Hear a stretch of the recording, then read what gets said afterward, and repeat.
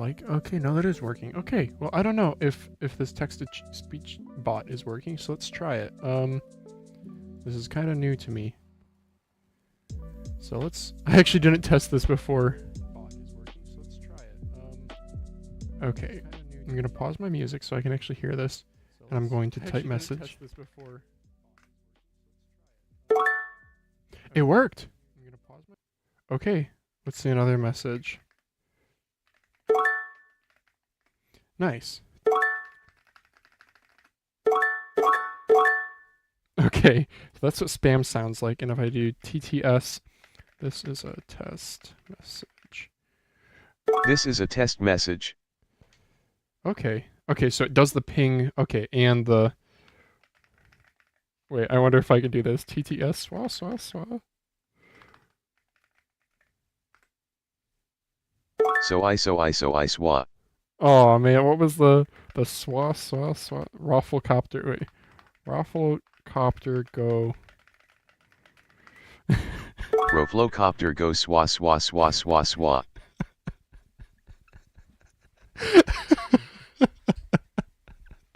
Oh, that's a blast from the past, huh? Okay. Okay, this seems to be working, so that's good. So I guess let's go back to the stream, or back to the music. Yeah, I got StreamerBot running. Yeah, this was actually a little bit of something to set up. I mean, it wasn't difficult to set up. It was like a 9-minute YouTube video, and you pretty much have to watch the whole thing. Thank you, Hunter1. Shout out.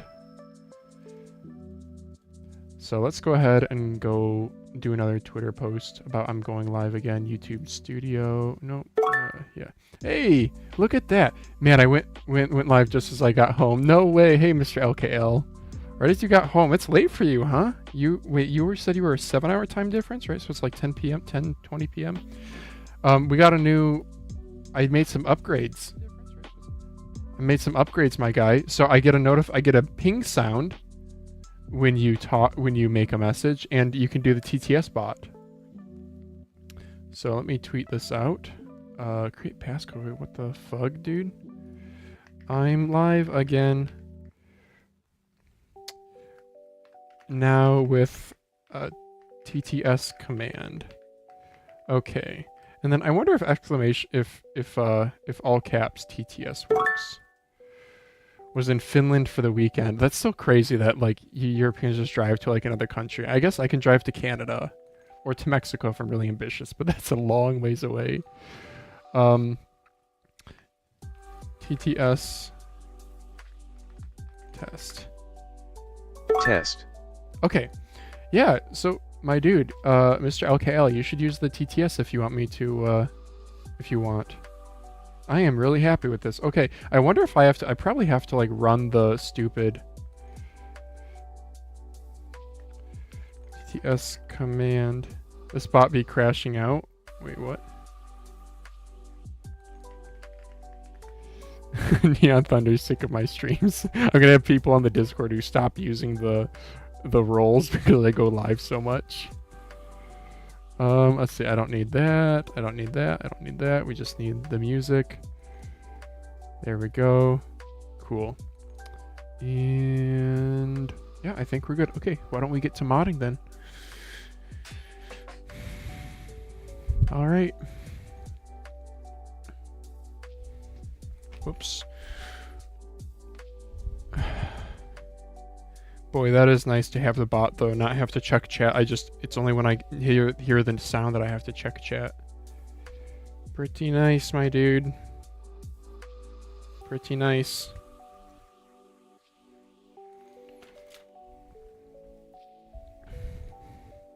This is a game changer, dude. I don't have to constantly look at chat, wondering if I've missed anything. There we go. Yeah, somebody try the TTS bot, please.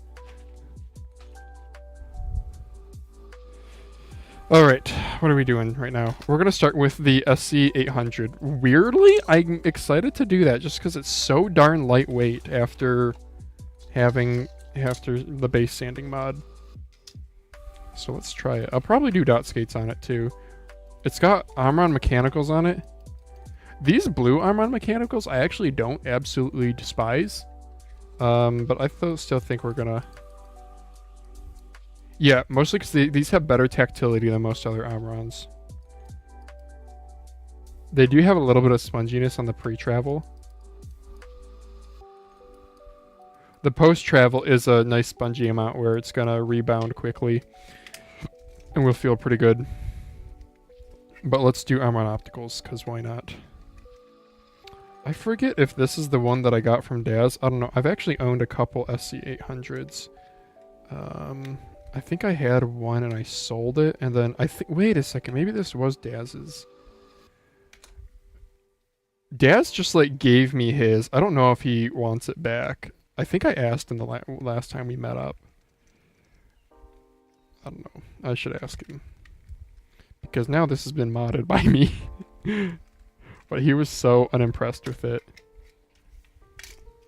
The base is a little warped from the sanding. Yeah, I didn't discover wet sanding until later on.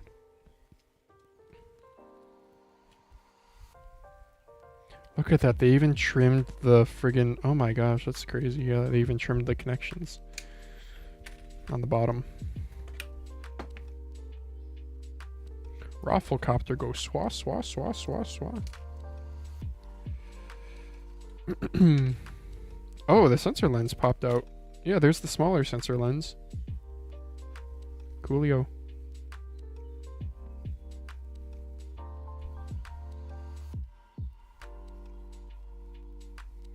Pixart imaging, huh? Yeah, I am actually going to melt that down so that it stays. I'm going to plastic weld that real quick.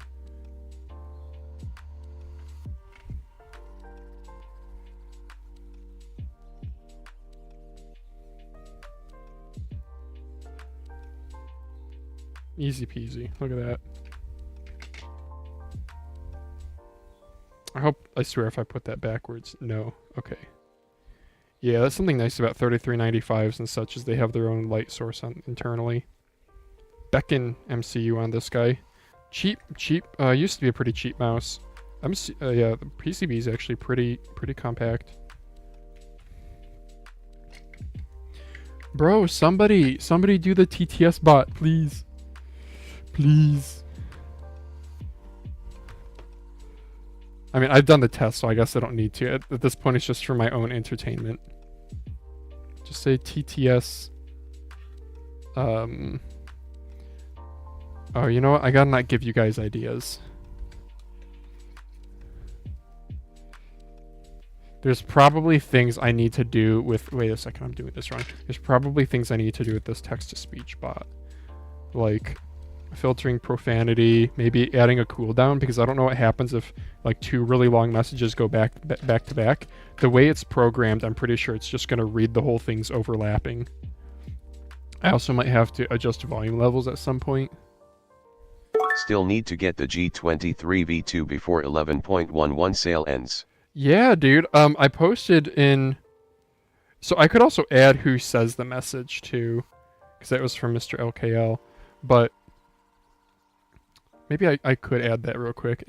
We'll see how many people join the stream if that starts bothering me. Yes, so I posted a deals chat on the Discord, dude. I thought there was one listed for $42, and then it had like 12% off with coins, I think. So that coupled with a 20% promo code, you're gonna get it for under $30, potentially. And also, well, I don't know, you're in Estonia, so yeah, you probably don't get Rakuten.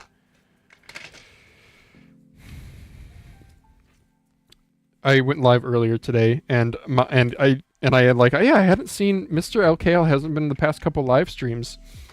And Mayank in chat was like, he's never coming back after you failed to find Estonia on a map. But I was like, wait a second, I actually think I did find Estonia. In Finland for the weekend, huh? What were you doing in Finland? Yeah, I need to get the Ueden S7 that I posted to deals chat. I actually need to order that. I should probably order that like ASAP before it sells out, because it's a super deal. The S7, Daz has one. He has a review unit.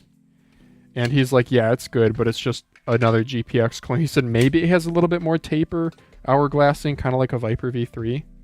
Maybe. But what's interesting is the lowest end version, the 3311 version on the super deal, it's only like 21 bucks. And it actually has a coating. He said the weight's not very attractive on his scale. It's really dumb. So the lightest weight version is like the SE at like 52 grams or whatever. But that's with a 500 milliamp hour battery. And then all the marketing material advertises the highest end specs. But then it advertises the lowest end weight, which the highest tier version is an 800 milliamp hour. Couple friends had their 2-in-1 birthday party. Oh, 2-in-1 birthday party from a couple of friends. That's cool. Yeah, I wonder if I need to decrease volume level of the text-to-speech. I don't know how that volume level was for you guys. Like, I don't want it to be louder than me, pretty much.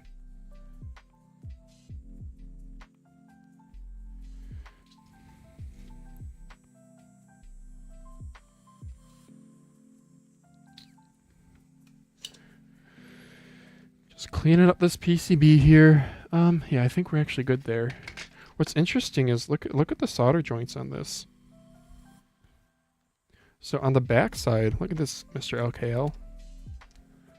On left mouse, we have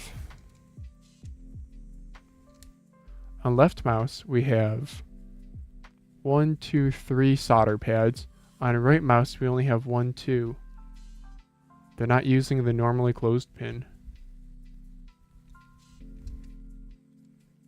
Only on right mouse. Weird. Huh. And look at how the antenna goes right next to that pin. I wonder if that's why they didn't use it. They wanted to isolate the antenna somehow? I don't know. I'm not an electrical engineer. I have more Omron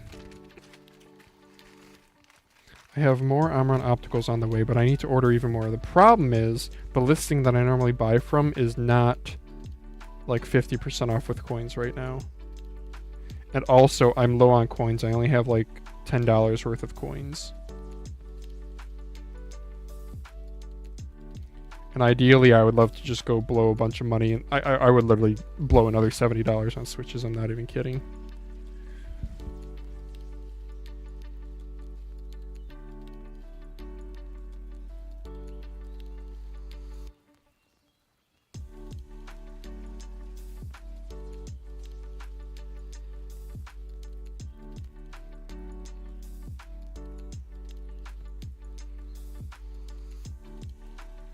This one's really good in the middle right here.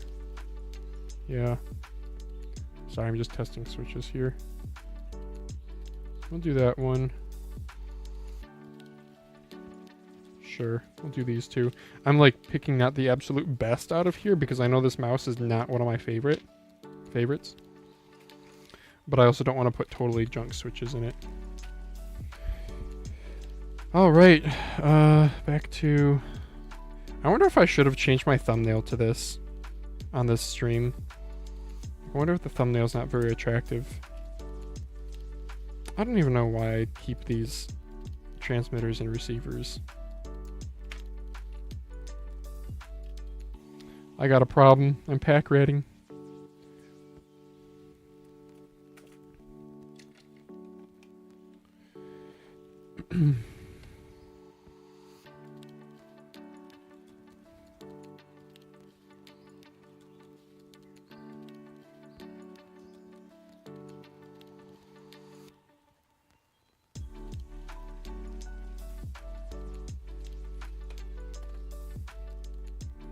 Yeah, that should be long enough.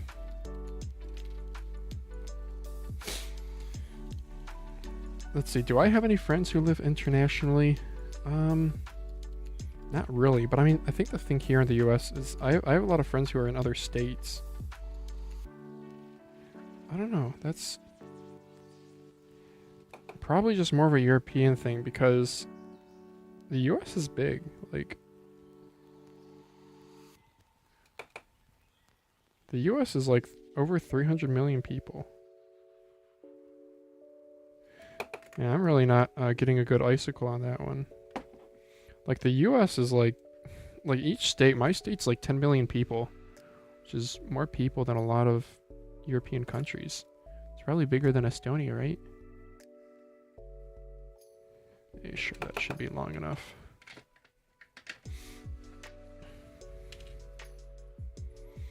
So, it's a big country. People just don't really know.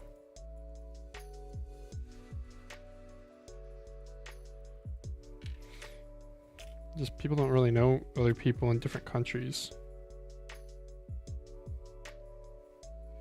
I do think that's something interesting culturally, like racism here in the US. I'm not gonna say it's like a big problem. It's like, I don't know, maybe I'm a white male, so I guess I'm very privileged to have not encountered it, like, directed towards me, really. But it's probably a cultural difference, Europe versus the US. We are a lot more alike.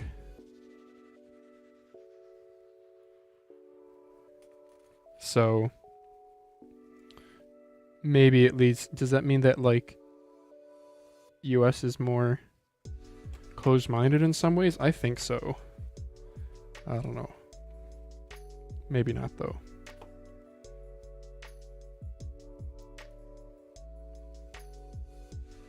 I do think being surrounded by people with speaking different languages and having different cultures is going to make you a more well-rounded individual, right? What is the... not Charles Darwin. Who's the writer who said travel is the bane of prejudice? It's a good quote. Just how travel makes you be understanding of more people.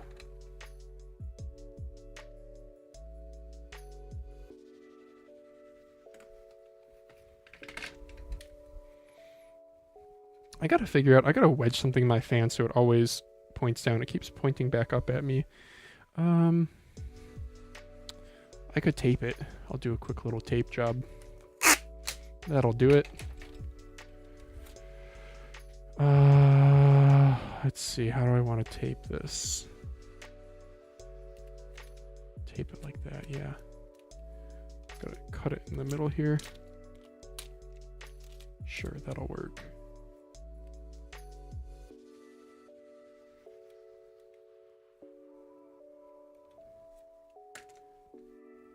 Oh, maybe that's not gonna work. Yeah, I gotta wedge like a piece of foam or something in there. Oh, here we go. I can take one of my old sponges. I can cut it. Yeah, that'll work. My scissors. Scissor.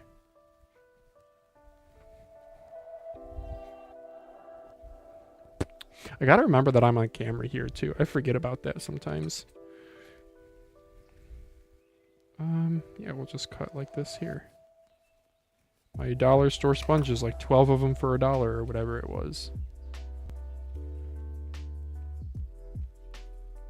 Yeah, we'll jam it in. I'm like jamming it on my fan so it stays pointed downward.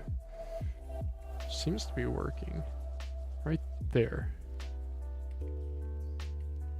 Heck yeah. Nice. Yeah, my little fan is that guy right there. And there's the piece of foam. All right. Bummer, there's like nobody in this stream. The last stream, there were a bunch of people pinging chat. So I was like, you know what, before I go live, I should really finally set up that chat bot. And I was just like, me. Nah, it's just gonna be a chill stream. Me, Mr. LKL, and that's it.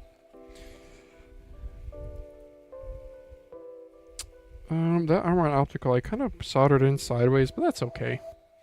I think it'll still click okay, I hope. No, I did space it actually out a little bit too high. A little bit of an air gap. See, it's a little bit cocked upward. So the easy fix to You that could just do is the talking hands type content. talking hands type content. Yeah.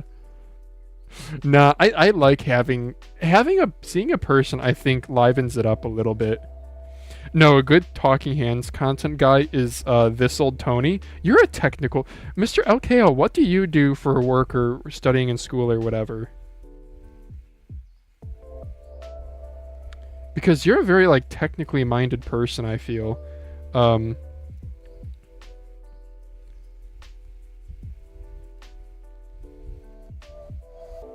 Like anyway, sorry, I was gonna say this old Tony, yeah. It's more of a mechanical engineering thing or like a machining thing. He's a machining channel, but he has a good, like, really sarcastic, dry sense of humor that's hilarious. And he does talking hands. In like one of his videos, he shows his face. I forget what it was. I think it was like a channel update. He like stepped away from his channel for like a year. It was something like his parents were sick. Anyway, he's a machining channel, machining and like garage DIYer channel. I designed a scissor lift at work once, and I heavily used, he built a scissor lift for his, like one of his kids had a little dirt bike, and he wanted a scissor lift stand to be able to work on the dirt bike more easily. So he made a scissor lift that you would... I work at a MSP doing IT for customers. MSP doing IT for customers. Okay, IT. Yeah, technically, but like, okay. You seem to have good hardware knowledge too, though, which is surprising. What does MSP mean? Maybe I've heard MSP before. Work at a MSP. Material... No, I don't know.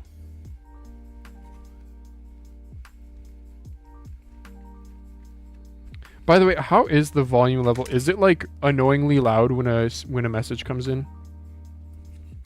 I'll try talking the next time a text-to-speech message comes in, so we can kind of vibe check it.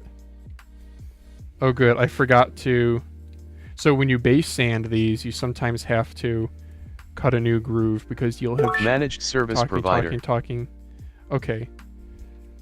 Managed service provider. I don't even know what that means. It's 3 English words and I don't know what they mean together. Managed service provider? Like providing what service?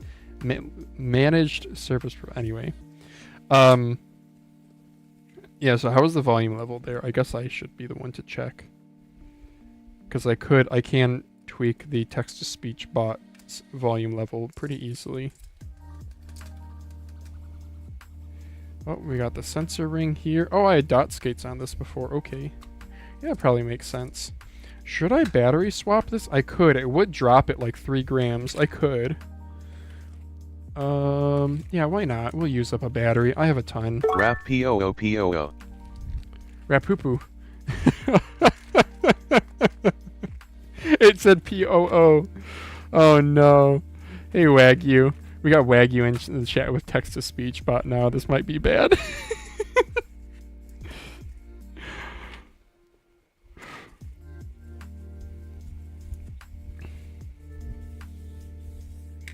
I actually am gonna, no, I won't check it. It's fine. It's fine, Phalanges, just leave it. Oh! I gotta freaking Hulk rip off this. Dang, son.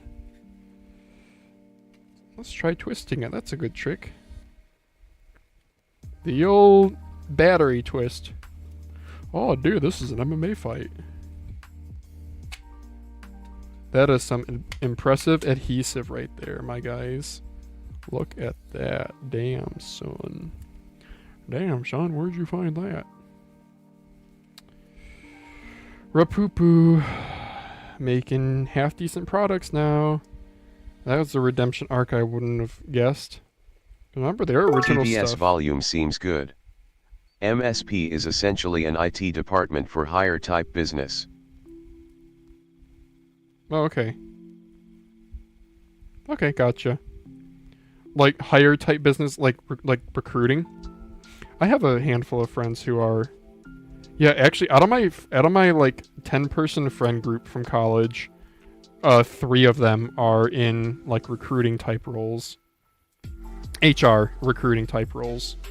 2 of them are managers now, and then one of them works for a Ford Motor Company. She's like an administrative assistant though for the hire. Like she did technical hiring, and now she's like an administrative side of it. Still the same team, but like administrative. I don't know how she feels about that. She actually doesn't really like it that much. One thing is, like, these big companies back in the day used to be very, very secure. It was like safe. Like once you got in, you were safe. You weren't going to be getting laid off or anything. Big companies were more like you hire the MSP to be your IT department and whatnot. Oh, gotcha. Okay. Yep. Okay, gotcha. Yeah, I know. Let's see. I've worked for some small businesses that. Let's see. What have we contracted out? Have you ever heard of? Do you know ERP software? Enterprise Resource Planning. It's just like general business software for running a business, right? It'll be able to do inventory counting and reporting and data analytics for, like, you know, if you provide a good or a service. Yeah, ERP software is just an umbrella term, but SAP. We use SAP Business One at the place that I worked at. Let's see, what's the best way to route this battery? Oh, actually, on an angle like that kind of works. That kind of works. That will need to be raised up a little bit. And that's too close. All right, we're going to go upside down. I usually don't like going upside down for batteries, because I like being able to see how many milliamp hours it is, but I am very familiar with these 40-20-20 batteries. There is no mystery there. So why not put it upside down? Yeah, anyway, we contracted a company to help us with that. They eventually contracted a company to help with HR stuff too. You know, when you're a really small team, you don't want to, you know, you don't have the workload to, like, have a full-time HR person, so you contract that out. Yep.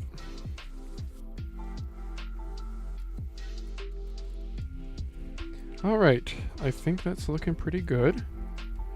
Nice small battery. I glossified this sucker if you guys can't tell. It's a little bit shiny. Side buttons, yep, reinforcement. So the part that Daz had a problem with was the button contact pad, whatever I want to call these things. It kept falling off for him, so I just like re-glued it. Easy peasy.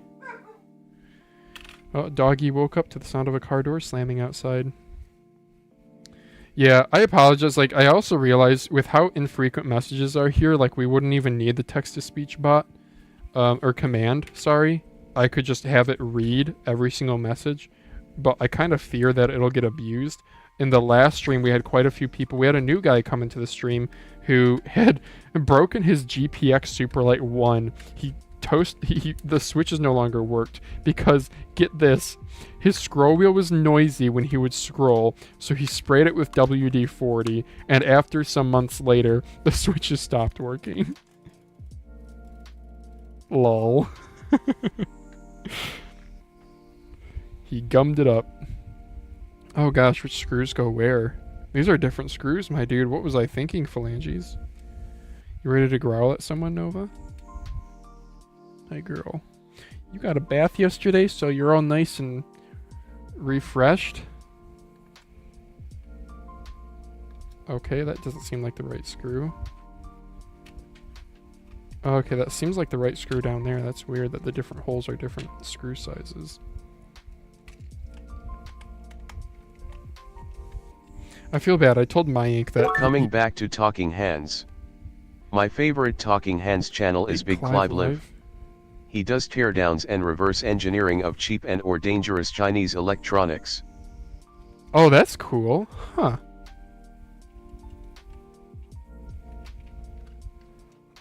Big Clive Live.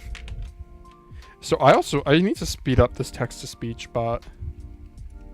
I gotta figure out how to do that. Huh. Big Clive Live. Yeah, Talking Hands content can be really entertaining. I still like I still like this. I think it humanizes me a little bit. Mostly, and I think most of the chat just likes being able to see the dog, which is fine. But it also is helpful if, like, I don't know, if I'm gonna go off screen for a moment, I can bring you with me so you still have something happening. I think a lot of people here just listen. I mean, you're the only one active in chat right now, but we have 5 people watching. Oh, those feel all crappy. Let's loosen that. Yes, you look very human. You look very human. Thanks. That's what I was going for. Yeah, maybe human's not quite the right word, but yeah. You get the point. You get the idea. Oh man, we're having the issue where the front screws are kind of acting as tensioners. I wonder, I might have the buttons, the little contact pads too, yeah, that feels like crap. I might have the contact pads too big, but I don't really know how to shrink them. Yeah, this is like really poppy. Like, these don't quite sound like Omron Opticals. They're very, very poppy. They don't have a lot of sponginess on the post-travel, so they're a little bit hard to spam. If I totally loosen them, like basically taking them out, it's probably going to feel... Yeah, I know it still doesn't feel great. I'm going to see if I can mod those pads at all. Do I have anything that I can use? I don't think so. I might just have to live with this. Man, the problem is if I like make a mouse bad, I have so many other mice, so I just never end up using it. That's like actually a problem that I run into.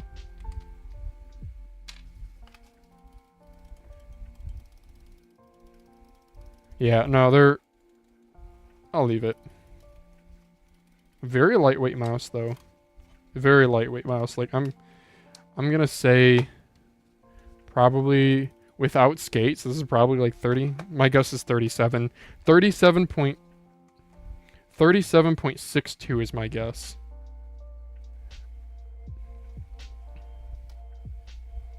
$35.65 off by 2 grams. Yeah, she's light. Alright, which skates do I want to put on it? That is the question. So I can check how these look. These might look real nice, but dot skates also might be nice. These might fit beautifully though. I think that bottom skate's gonna be a little bit too big.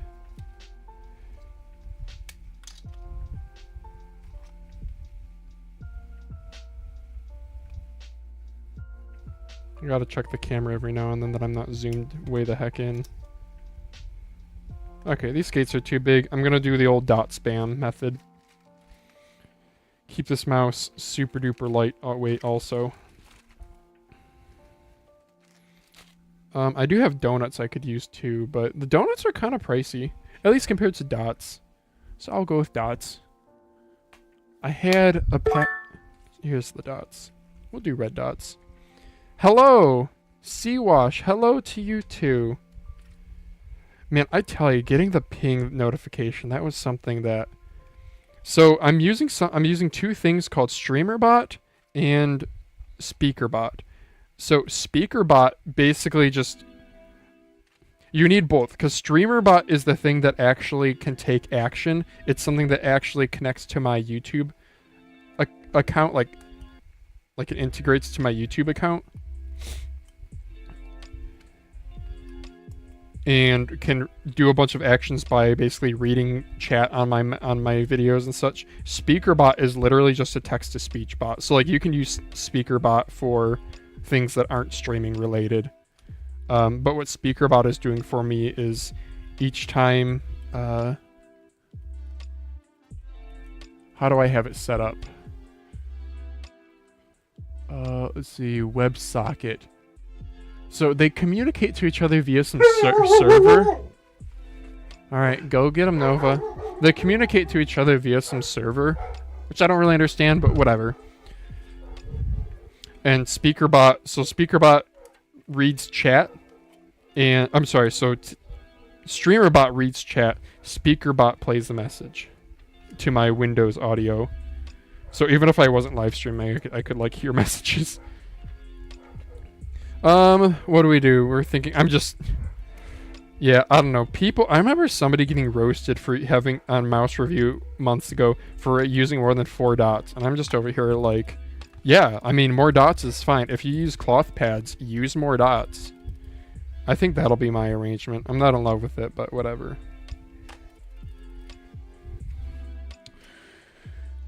I need to get even more dot skates, dude. I only have 720.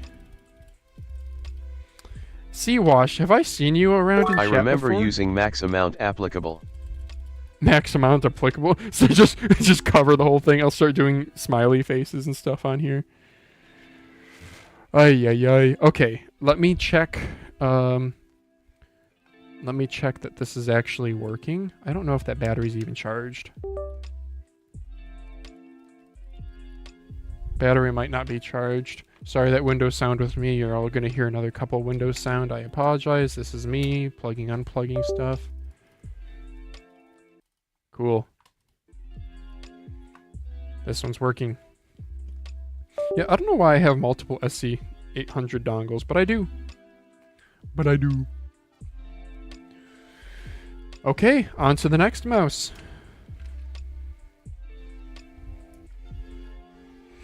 You know what? I should get some little organizer bins. Hello, dog. No text-to-speech in this message. What do we have? Yes, I've been in like 2 or 3 streams already, since I always check Jack's Discord for budget mice recommendations. Good. I'm glad you're enjoying the Discord.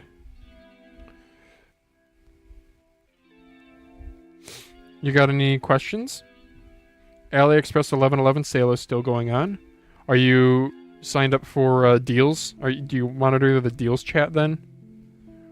Or are you just more of a chatter? Reading the text channel, reading like the mice channel. I think for my next mouse I'm going to mod. Let's do. Actually, let me get some water first. I'm a thirsty boy. I had a pretty bad headache earlier today. I still have a little bit of it. Luckily, my wife is a PT, a physiotherapist, as the Canadians would say. And so she has some techniques to help with headaches. Currently just AFK farming in some game and playing Kovacs. Oh, nice.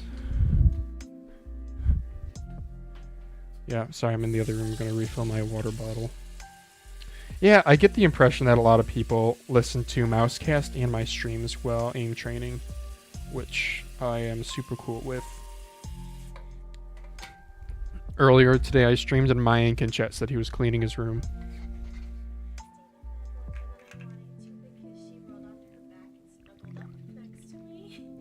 What an adorable dog. Yeah. Yeah, my wife just said that she stayed in bed. She took a nap just now, and she stayed in bed longer because the dog had snuggled up to her. Aw. I know. I napped on the bed too for like 20 minutes because I was spooning the dog and she wasn't leaving, so I was like, oh, this is nice. Usually she gets up. Yeah, she's a good dog. And then she goes and barks like crazy at the neighbor. Oh, classic dog. Bro, I'm really liking this GG, man. Hey, I am really liking that I set up these notification sounds. Why don't we do the Infic INX next? This is one that I kind of regret cutting the base open on this. I did it for the... I guess I could try to clean this up a little bit. How's my headache? My headache's better. It was pretty bad before. It was probably like a 5 out of 10 pain-wise, and now it's probably about a 2 out of 10. It's still there, but it's manageable. Still do the cups? Yeah, I can tell this is still tight. Oh, this is warm. Yeah. Yeah, I have like a neck headache, like right where, like, what are these muscles called, Lauren? My suboccipitals. My left suboccipital is suboccipitaling. For sure. Yeah, a cup might be nice. Okay, well, I'm going to mod this mouse first, though. I think I'll probably do dot skates on this. I'm going to trim this here, and I'll relocate that magnet. I never really liked this magnet location. So why don't we do...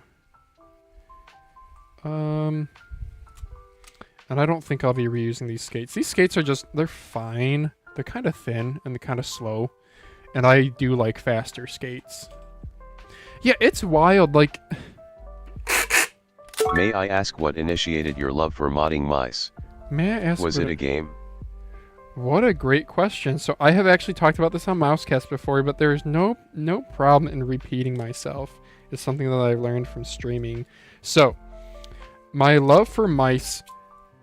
my love for FPS games started in middle school, more or less. I played Star Wars Battlefront for PC in middle school a lot. Like there was like a sort of competitive online community. By competitive, it's really just like, you know, the game's dead effectively. So the only people who play it are like, you know, basically all private servers at this point. Got into combat arms all through high school. You know, used whatever generic mice I had at that time.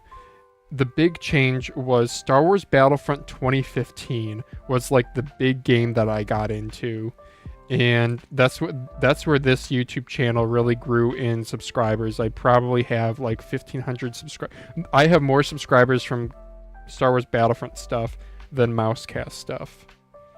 I was pretty popular in that game. And the reason I got into mice specifically for that game is there was a burst fire. I remember from one of your stream you're modding the Fantech Aria, and because of that I modded mine too and reduced the weight for like a few grams. Yeah, Fantech Aria, yeah, sure. Yeah, yeah, I haven't used my Aria a whole ton. From when WL mouse swords got now dangle style and Strider now colors sexy. Wait, how come that message played? I didn't get a WL mouse message. What? Anyway, did somebody redact a message and it still played it? I don't know. So the EE3 in Battlefront 2015 was a burst fire weapon, and depending on the mouse you used, depending on its debounce time and click latency, you could rapid fire it faster than on other mice. I remember Zowie mice were really bad, and really good mice. A lot of Logitech mice were really good at the time. So that's what got me into it, was like, I was kind of like, there was kind of a, whoops, I misspelled infic. I was in like a small competitive Star Wars Battlefront community, and I was a bit of a resource. I did like gameplay critiques, and I did guides and tutorials, and the mouse stuff was a big one too, helping people with that. Infic INX. I am probably never going to use these skates, but I will save them because I guess I'm a pack rat.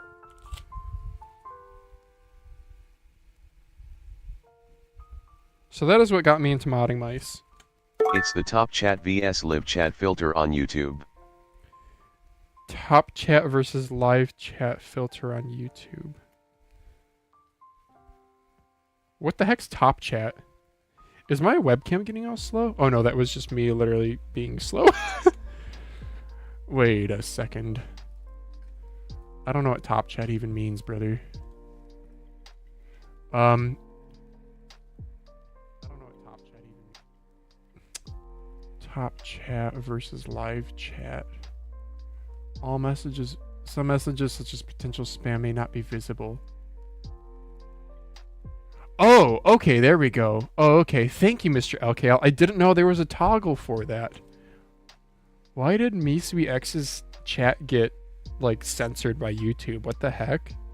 Anyway, Popular comments vs all comments. Huh. Oh, because you guys have, like, a ranking number 1, number 2, number 3. Okay, well, anyway. Thank you, guys. Dumbass sword. Dangle style and Strider now color sexy. Okay, I sort of get the gist of what you're saying, me sweet, but what?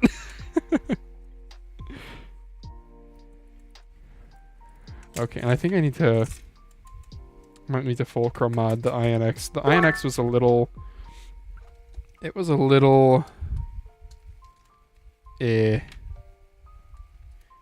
too light for my taste, so I'm gonna change these a little bit.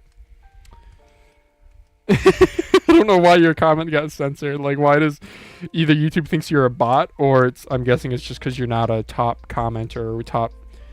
It's reading everyone who's like the top 3 people, for whatever that's worth.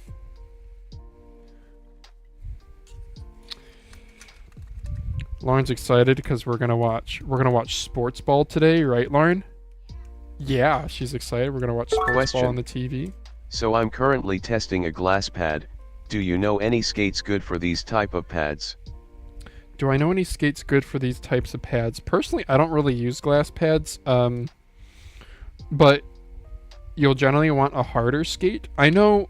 So I have the U9s from X-Ray Pad given to me on a mouse that I bought used, and those are really nice skates on hard pads. I think WL Mouse Swords has a new look for the USB receiver, and Strider's new colors are nice. Oh, there's new Strider colors? Wait, did they refresh the Strider with solid sides? Because if so, I'm about to, you know. Let's check. Was this on Twitter? Let's see, and I should go to my other capture device here. Can I search WL Mouse?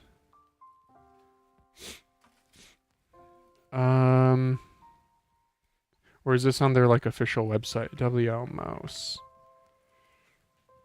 There's new Strider colors, huh? Like normally I wouldn't care, but guys, I friggin' love the Strider. Beast, Strider. These are all the original colors. Oh, my base is kind of uneven on my MotoSpeed X6. No solid sides. Oh, that's a bummer. Where'd you find this? Are you guys able to... Are links censored in chat? Are you able to post that?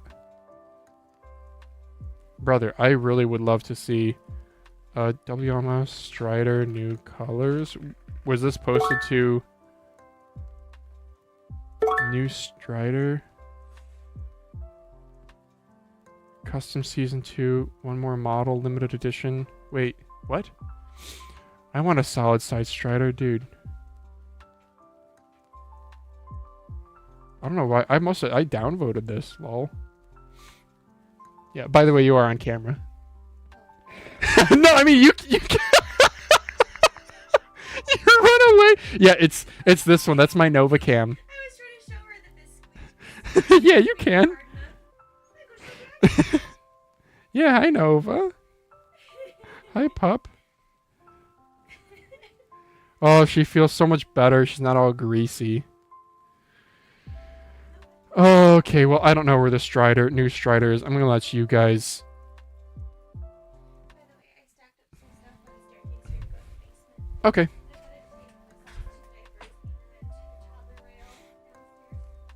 Okay, thanks, Lauren. Alright, let's go back to the Infic INX. I might have glossified this too much. It's kind of slippery now, but let's roll with it. Let's just roll with it. Oh man, getting to that screw is a little annoying. But I did it right there, huh?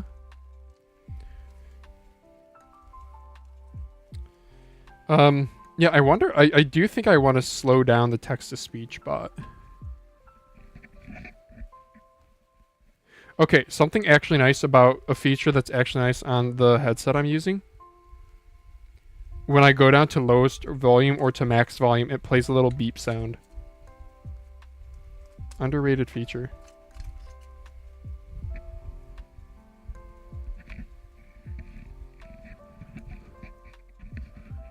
One, two, three, four. Let's try 4 notches.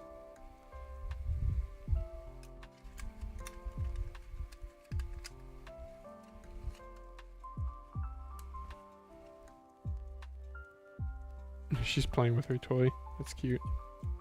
Silly doggy. Why is this not fitting? What? Is there a screw underneath it? Oh, there is a screw underneath it.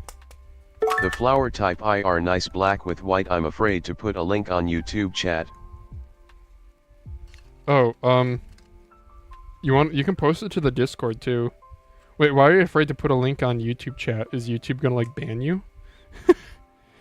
Is it like a sketchy link? What? If it's a sketchy link, then you shouldn't send it regardless. Is it like a Billy link?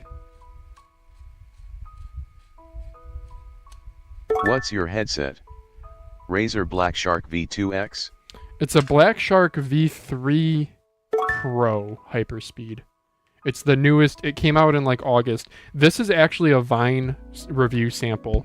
I love it. I love it. There's some things I don't love about it. Stupid press and hold to turn it on is really annoying. And what's the other annoying thing about it? That's annoying. The mic, I kind of wish the mic, it doesn't come with a pop filter. And I did a little bit of voice checking when I first got it. And no, I'm sorry, it does come with a pop filter. Where did I put it? But it doesn't get loud enough. So I did have to take off the pop filter, so I'm not running it. But yeah, plosives don't sound as good. And let's cut this up. Let's move this magnet.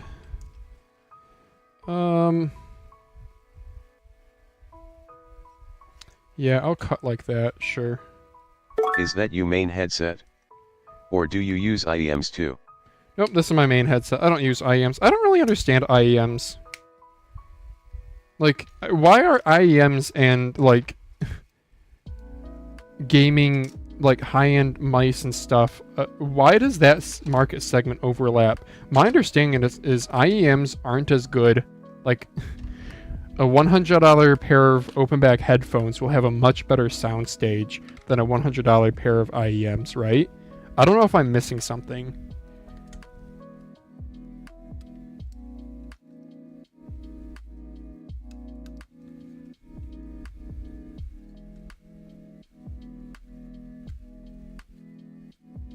I'm not judging the people who are into the whole IEM thing. Like, I understand wanting to have, like, different sound profiles and different flavors, but I just don't understand how it, like, relates to the kind of FPS community.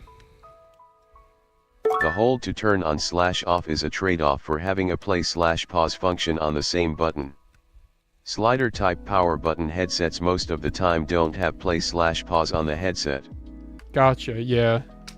Yeah, this does have play pause. The other thing I don't like though is on the back side here. This is the microphone mute, and this is the on/off button.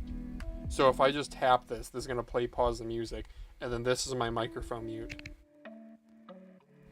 What I do like is on the microphone mute, it is a toggle switch, so it stays depressed, which is nice, and it sits a little bit more proud,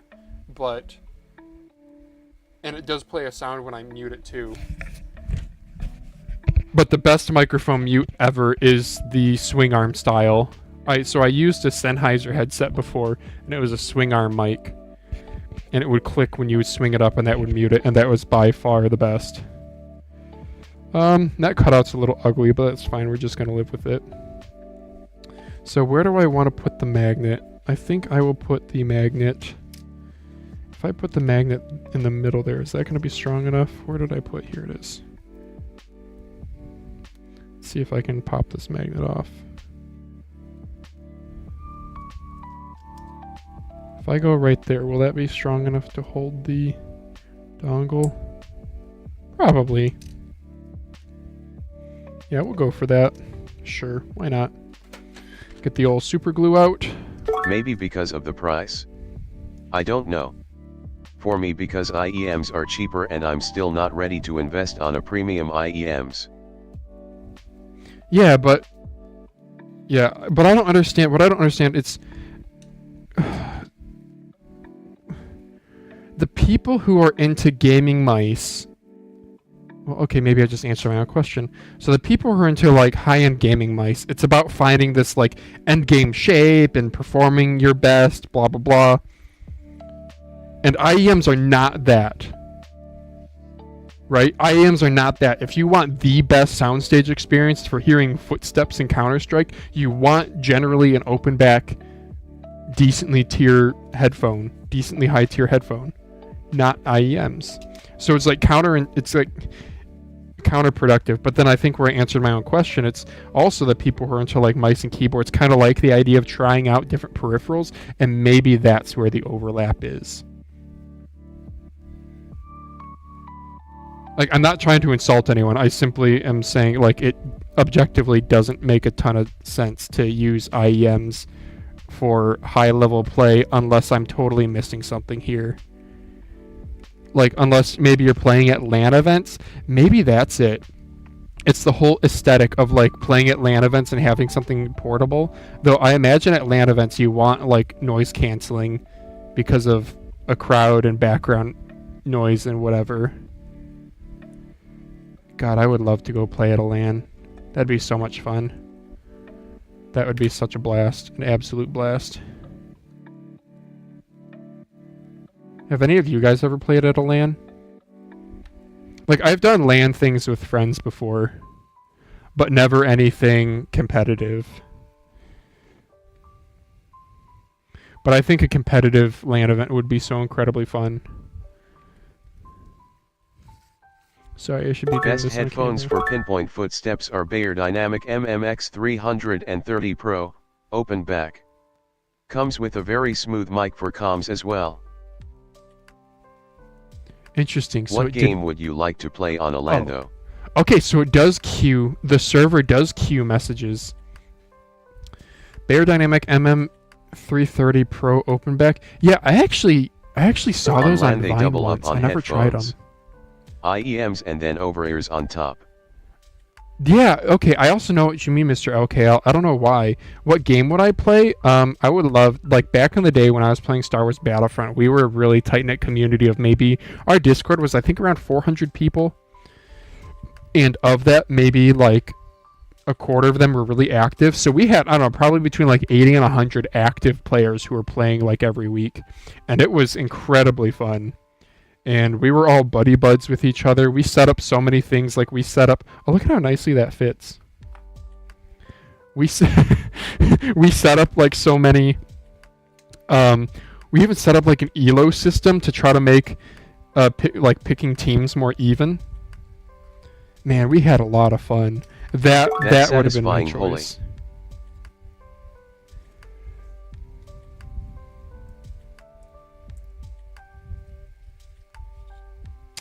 This battery's like blocking this connector. I wonder if I can still slide that connector in. Let's try for it. You know, sometimes I bonk. I gotta like get my headset underneath the camera. How much of this can you guys see right now when I'm under here? I wonder.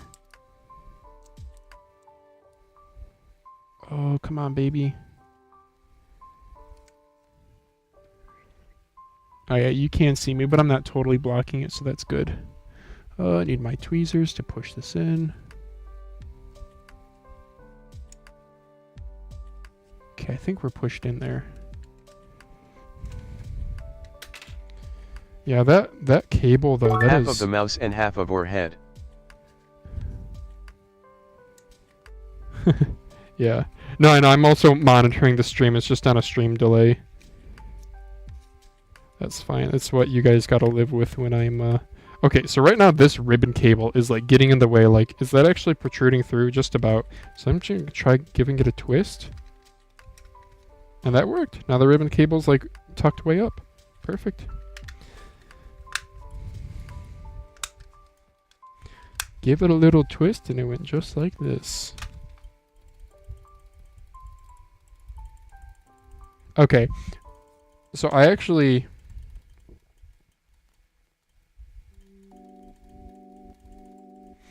tension these buttons so they're a little bit stiffer. And I'm just going to try it like that. And then I'm going to do dot skates on this sucker. How would the VXE-R1 skates TDS, what's a mouse switch that everybody likes but personally for you, you hate it? that everybody likes but you hate it? Well, that's an easy one right now. I don't know if everyone likes it, but the Omron 100 million mechanical meta right now I think is dumb. Oh, brother, does that fit? No way. Chat, look at that. What? It goes perfectly to the edge.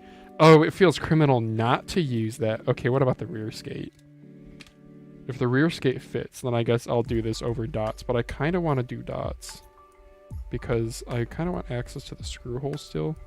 That's pretty good too. It's a little big.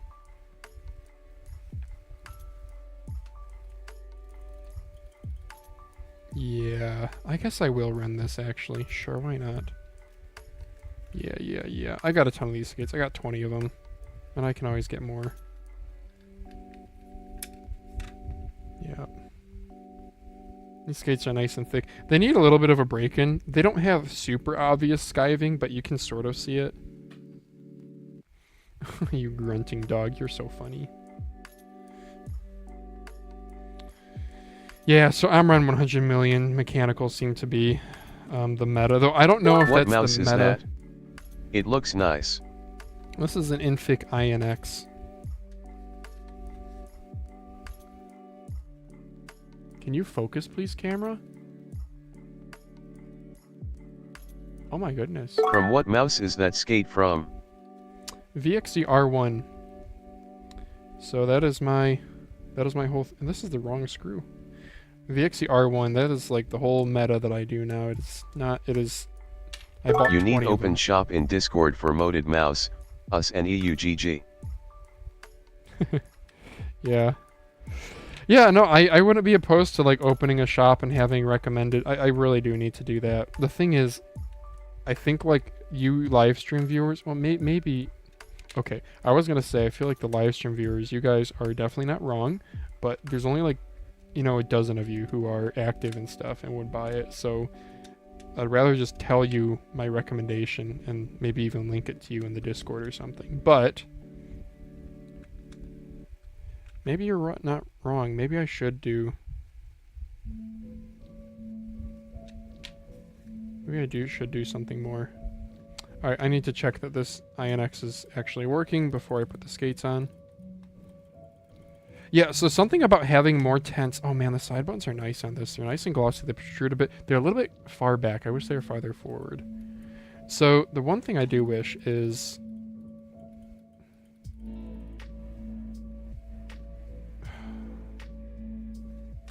it's actually a decently made mouse. I was gonna say I like that heavier clicks make me tense at my grip a little bit more, which can sometimes be a good thing. Oh, it flipped cameras? What? Is there a way to flip back cameras? Was that a gesture thing? No? Okay, well, I don't know why it did that, but let's go back to back camera. Let's check. Try plugging this mouse in, seeing how it works. If it works, it should. Power button is on. Sorry, Windows sound is me. Windows sound was me. Sorry, y'all. Okay, right mouse, left mouse, both working. Cool. Yeah, dude, this is a great mouse. The INX is good. All right, sorry, Windows sound is me again. Let's see. Are there any other switches that I think are overrated? I'll say something underrated are KLGM 8.0s. That was a big meta back in like 2023. They're still good switches. They're a little bit heavy for my taste, but they have good tactility and good spammability. So there's that. So I was going to do skates. Also, another fun little thing I like to do is this Infic logo is not normally yellow. Like, I don't get why autofocus is so friggin' bad. There we go. So what you do is it's engraved, and you just put Kyle paint inside of it, and then you 8.0s wipe are away good the there on paint. my Fantech Aria. Yeah, solid mouse, dude. Fantech Aria, really solid mouse. Okay, let's take a weight. Let's get a weight of this. This is a very lightweight mouse. I want to say it's like 40-ish grams before modding. I have the stock battery in it, but then I've cut away the base. So without skates, I personally cannot stand Omron opticals. It feels 38 like I'm grams, clicking a not bad. tight spring. What are you barking at, Nova? Yeah, you And silly recommended dog. where What? to buy Does that battery, feel micro good? switches, and encoders on Discord MIB top 10 for all parts. She likes this. You're so silly. Look at your hair, dude. Oh man, we brushed you yesterday too. You hairy dog. But I gotta say, that is kind of triggering my headache. I might close this. Nova, if you're gonna keep barking, you gotta go. Bye bye.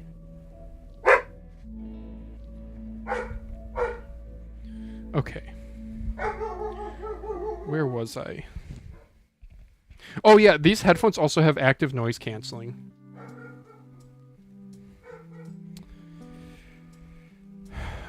Personally, it's not stand arm on opticals. It feels like I'm clicking a tight spring. Okay. Recommend where to buy battery, micro switches, encoder on Discord. Maybe top 10 up for all parts. Yeah, the thing with top 10 lists, it's superlatives kind of suck. Especially when things are subjective. Like, if you guys notice, when we do superlatives, if you don't know, superlative is like saying, what's the best? What's your favorite? Those are examples of superlatives. What's the fastest? And I think superlatives generally suck. If you guys notice, when we do interviews, we don't say, like... Personal favorite of mine is XM2 switch, wish they have that more on some mices, along with the GX speed mode. Here's this. Superlatives. Yep, that's how it's spelled. When we do our interviews, we don't ask superlatives, if you guys notice. Or if we do, they're highly... you'll do like... Instead of saying, what's your favorite mouse, you can say something like, what's a mouse with a... You want to get more specific. What's a mouse with a better shape than what people think? Or like someone asked earlier, what's like an underrated or overhyped Switch choice? That's a good... I need to... Wait a second. I should really mark which one is on and off. Does this even give me an LED? Okay, that's Who's your on. dream guest on Mousecast? Dream guest on Mousecast? That's a good question. I would love to get...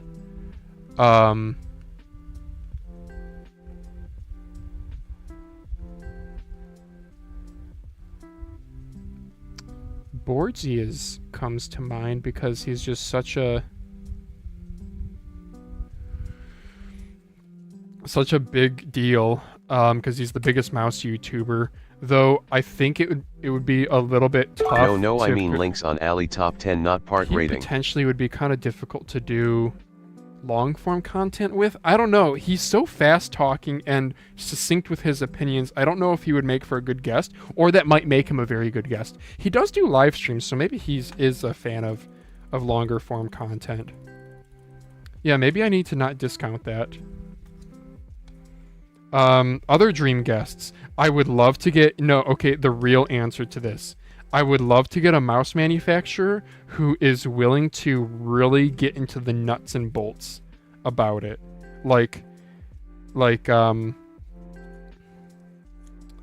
Is really willing to talk about factories or things that people don't know about what goes into making a mouse.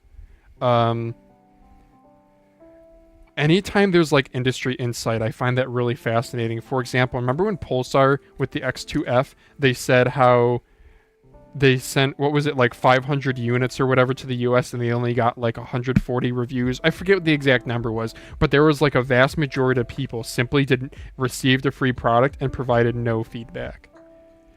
Like little industry insights like that I think are really fascinating. It doesn't have to be about testing. It could be anything. It could be like, I don't know, like factories. There's like 8 factories and we had this problem at this factory, but we know so-and-so uses them. I would love, that is the real answer. I would love a manufacturer guest. I would love a technical person from a mouse brand. That technical could be like an engineering capacity, you know, speaking about sensor choices and stuff like that. I think Vaxi is often very public with that kind of information. Or it could be somebody really experience from like the business side, talking about like vendor relationships and industry as a whole. I don't know. I think that could be really fun. What mouse should I do next? Dan says, sup, I got like 80 skates for $1 on Alley. Heck yeah, dude. I got like 360 skates for $1. AliExpress is great. AliExpress is great. I'm glad you're enjoying it too. And like these red skates too, these are good skates. They're like a harder plastic, so they're a bit faster. I love these. I almost want more. I want to hoard them. Why don't we do the Model O Pro next? I'm gonna optical swap this guy too. Unfortunately, the click feel on mine like doesn't feel great, so I need to fix that. Hey Lauren, what's up? I know, isn't she sweet? Dude, my head still hurts. She loves that spot. Yeah, she's adorable, dude. Yeah. I know, she yeah, when you're vacuuming, she comes and seeks me out. I'm her security blanket, I guess. How adorable. Do you know the skates on Hitscan Hyperlight?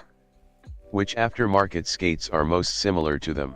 The skates on the Hitscan Hyperlight. I don't know. Are these the stock skates on the Hyperlight? This is what my Hyperlight came with, but I bought it used. So these skates, actually, if I recall, these are a lot like... Yeah, so these are going to be like core pads, where they're kind of that thick, transparent plastic. I do remember having to trim this. Like, I remember having to trim right here. So maybe these aren't the original factory skates. These super cheapo AliExpress VXC R1 skates that I get for like 60, 70 cents a set. These are a lot like the Hitscan Hyperlight ones. I would say core pads, though. At least that's what I'm looking at here. These look like core pads. They're thick, kind of transparent white. Man, Hitscan Hyperlight is such a good shape. Such a good mouse.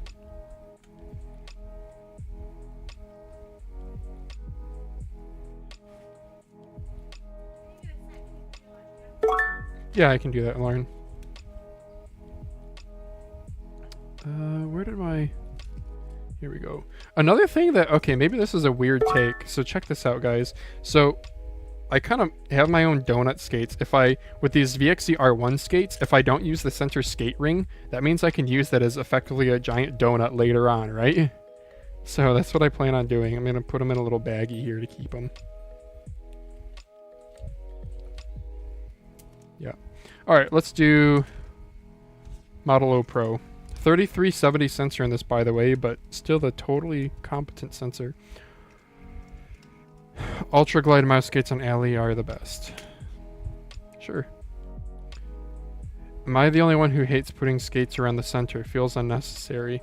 So I know in the last stream I talked about that. So they do two things. One, Logitech, when they started doing them on their mice, they claimed it helped smooth out any wrinkles in the mouse pad.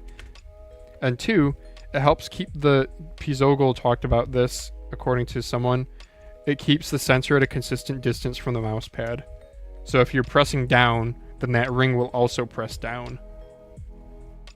So the sensor skate ring does have an effect, but is it like noticeable? I don't know. Like it very well could be. Like removing the center skate ring, there maybe somebody who does A/B testing could be like, yeah, it's actually a bad idea. I don't know.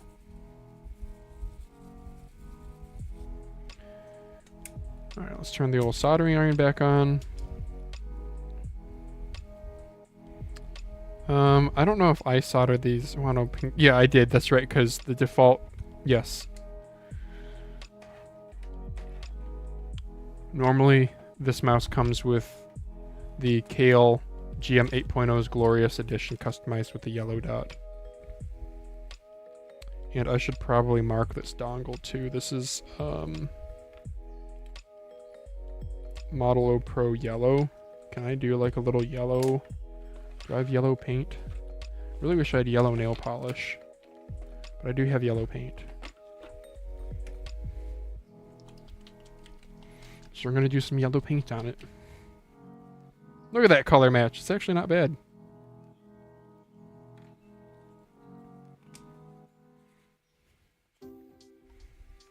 And I'm not going to do any sort of fancy design on this, I don't think.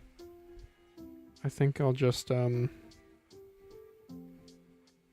does tell me model CT Forge, yeah. Oh, this actually, 1 Pro? Is this actually the dongle for the Series 1 Pro? Did I goof up on this? So which connectors for the battery? Oh my gosh, please, Glorious. They friggin... Okay, well, I'm guessing this is the side button right here, and this is the battery connector.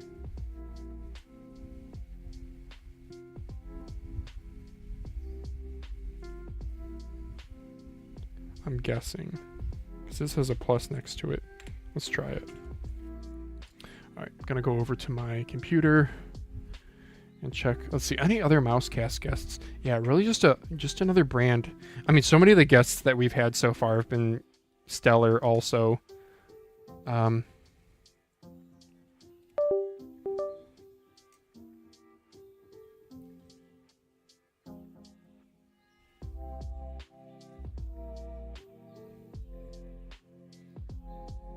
Okay, well, it's at least good that I do in fact have at least have a light. Yep, okay, it is working. Yeah, I might have the wrong... I'm not getting any emotion. The dongle says 1 Pro, so that makes me think it's actually a Series 1 Pro dongle. And I put it in the wrong thing. So then where's my Series 1 Pro dongle? That is a good question. Because I have 2 Glorious dongles up here that I don't know where they go to. Whoops. 1 Pro, and then the other one doesn't say anything.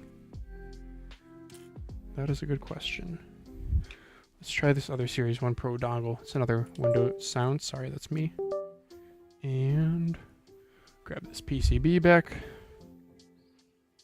Plug her back in. No emotion, no clicks. Oh, where's my dongle? I mean, I can just not do it for now. I can still iron on optical swap it and worry about this later. I think I might have to do that.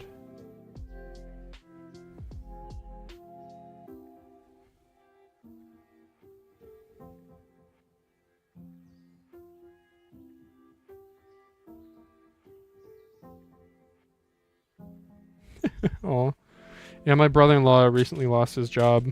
I just changed diaper on my nephew. The little dude almost headshot me. Almost headshot you? Bro. Oh man, on your nephew? Do you have any kids of your own? Headshot you?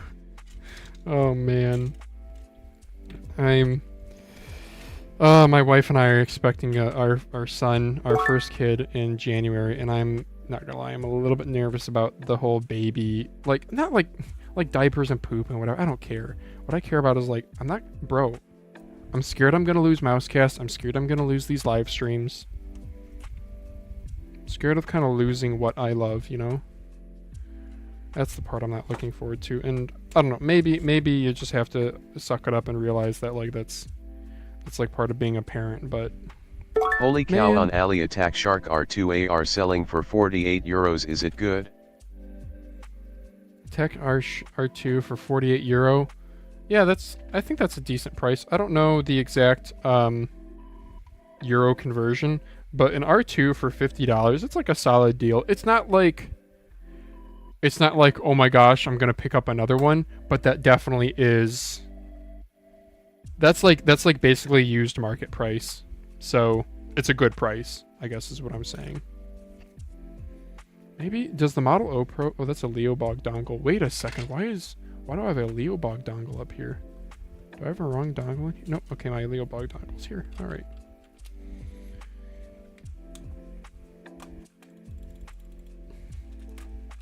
And for the Leobog, I think I'll do some dot skates on this guy. Why not?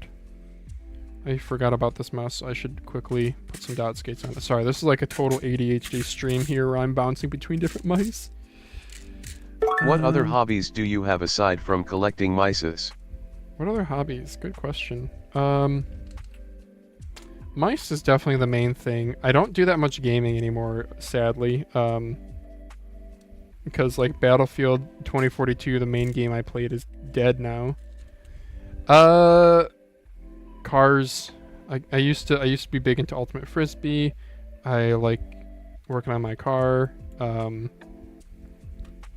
So other mice related stuff though, I do also refurb mice. Like I've bought like pallets, like eBay auctions of. I have like 700 mice in my basement right now. Euro prices have VAT included in them, unlike US prices. Yeah, VAT is also like, again, that's I can't really speak to VAT because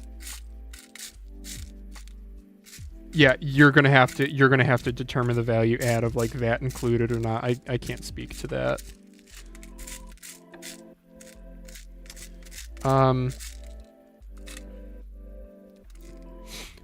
Other things I've been into in the past are Ultimate Frisbee. I played on my college team. Not that I play anymore.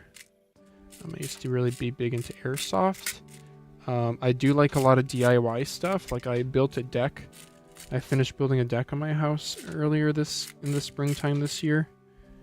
Bro, am I all out of... Oh no, here's another screw. Okay. I would love to finish the basement on my house. That's one that like... I'm probably going to be kicking myself that I didn't start on that before having a kid. I guess there's still time now. I suppose I could.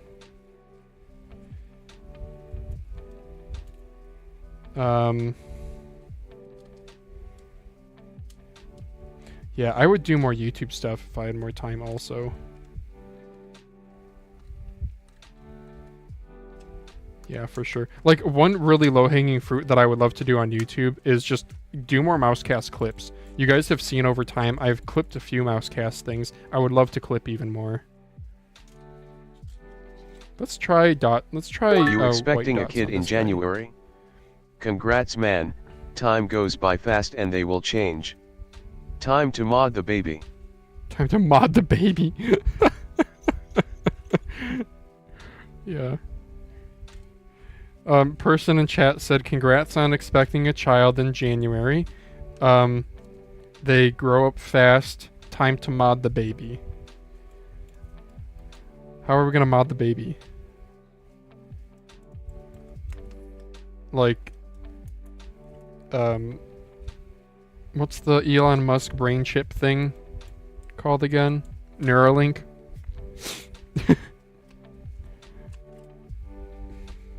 Gene editing. We'll do some gene editing. And Lauren says, I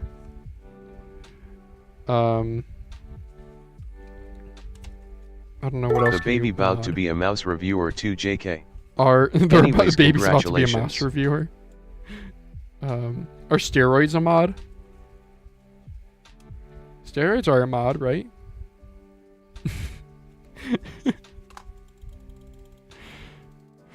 Alright, I think the dot skates on that feel good. I'll do 8 dots. 8 dots I think is a good balance. Yeah, we'll do 8 dots on that guy. And then put this away. Cool. Okay. Turns on, turns off. Sometimes that's all you want out of a mouse. Okay, now I was back to the glorious model or Series 1 Pro.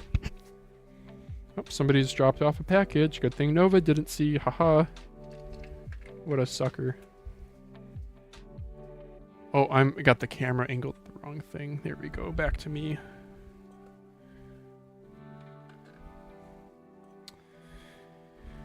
I wish this headache would go away.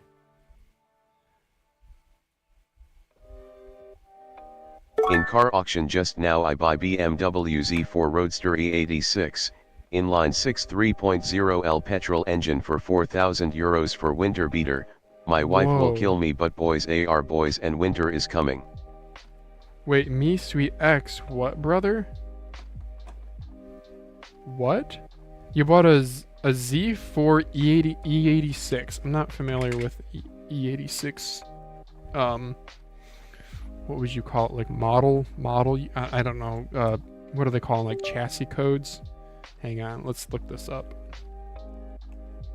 Let's look this up, chat. Once my mouse wakes up. Can I not see my cursor? Why is my cursor not moving? Oh, that was so weird. Okay. Go back forward. And let's go BMW E86. Which generation is this? Oh, okay. Yeah, this generation. This is the first Gen Z4, right? Because the Z3 is the only one prior to this. Yeah, I was looking at these, but the E86 is specifically the hardtop version. Whoa, Nova dude. sounds like a cute innocent menace, an oxymoron. Yeah, she's funny. I was looking at these a little bit. Man, the hardtops are nice. Look at they look really good. Here in the US, we only got the E85, I guess, which is the soft top variant. I did look at these before I bought my Miata. So I have a 2002 black Miata. This is what I have. So I did look at a few other roadsters. Like I looked a little bit at Toyota MR2s. I looked a little bit at BMW Z4s. I looked a little bit at Porsche Boxster. Like a late 90s, like first generation Boxsters. I don't know what the first model year was, but these are decent cars. Like I would have wanted these, but parts are a little bit more expensive. Miata I'm happy with. It's just everything on it is so cheap. Everything. And there's such an aftermarket for these two. Miatas are just really beloved cars. Yeah, the Z4s I thought are pretty cool. I don't like how the front end. Oh, wait a second. I need to. I thought I switched over. I don't love the front end look. The back end I do rather like. Yeah, nice. 4,000 bucks you said? 4,000 euro? And you specifically got the inline 6 version because I know these came in like a 4-liter or sorry, a 4-cylinder and a 6-cylinder. Wow, 6 cylinders in this has got to be pretty nice. And I know BMW's inline 6s from this generation are really popular. My wife will kill me, but my boys are boys. And winter is coming. Yeah. Misui X, where are you from again? I remember you said you speak like 5 languages.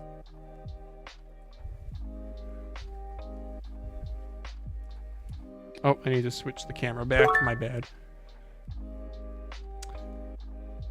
I like Drift on Track and Street Legal Rusty E46, 4,000 euro. Yeah, E46, cool. Oh, okay, you're in Latvia. Okay. So your buddy, Mr. LKL isn't too far away. Yeah, Lauren? Yeah, I can. Oh, okay. I'll go do that real quick. Hang on, guys. Let me just solder suck this one, and then I'll go do that. She's asking for my dirty laundry to wash it, not for any other reason. I'll be right back. Yeah. Oh, hi, dog. You look cozy. What's this? Why is this leg hanging off the bed? Oh, you're tired. You're not even reacting. Oh, man.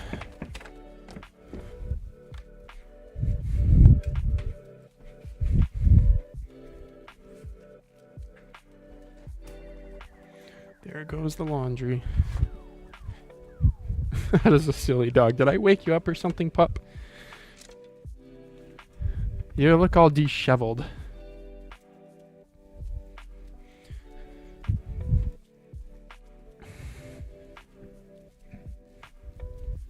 Okay.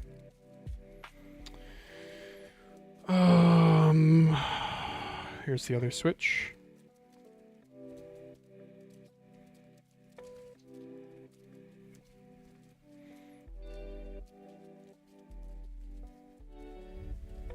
There we go. That's nice. All right. Got the wind blowing on me.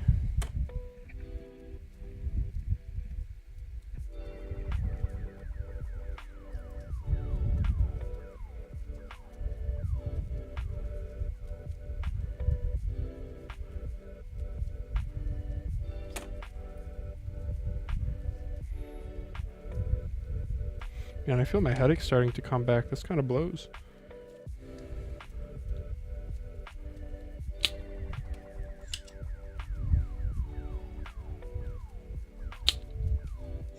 What are these notifications? Okay, there are some families making Christmas plans.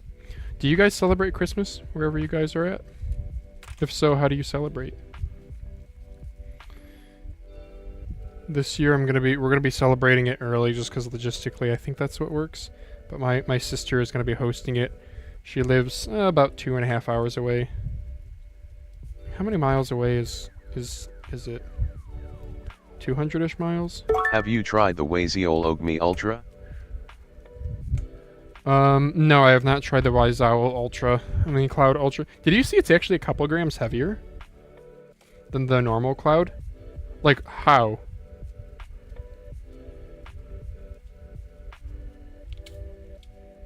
I know Pizogel, I DM'd him a little bit, and he did say that he has it in testing. He's had it in testing. I want to say, when I DM'd him, this is like back in maybe September or August. And he said he had some recommendations for them, that the ultra wideband was not perfect. Is his review out? I He am actually might have retired his pro review out. Counter-Strike 1.6 player at 2014 and amateur drift pro in 2018. In the Philippines, we put Christmas decorations out in September. Yeah, I feel like here in the US it's getting earlier and earlier every year.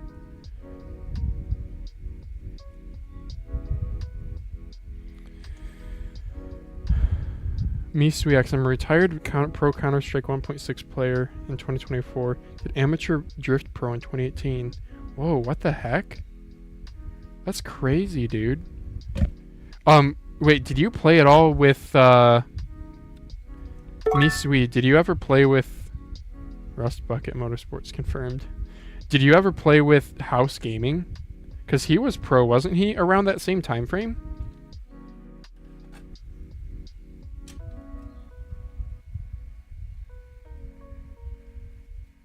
Am I going crazy? Oh, wait, different game, though. He played CSGO, didn't he? So, wait, you were playing CS 1.6 in 2014? When did CSGO come out?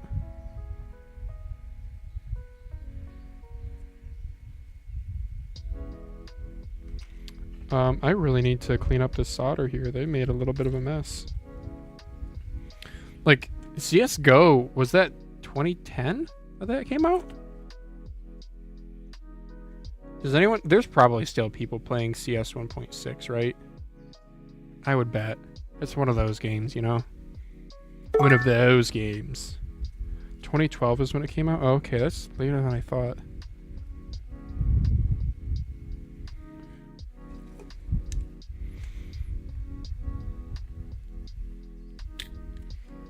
I don't know much about CS2, but it seemed like there was a lot of like cheating problems early on. Right? But eventually they fix those things, I would hope, and then everybody just migrates to the newest game. I do know, I remember seeing some pro saying the kills don't feel as satisfying in CS2 versus CSGO.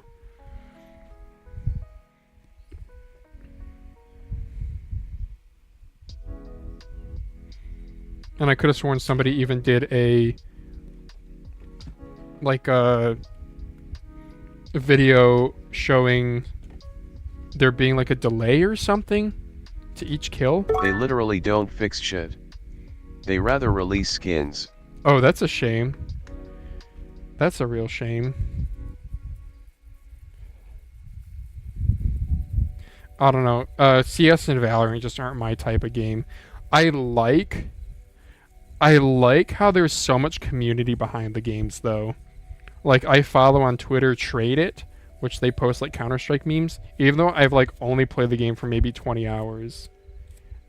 And I mostly played, like, Gun Game or whatever it is, where you get a different gun with every kill. It's becoming more and more of a gambling game instead of a shooter FPS. Really? That's a shame.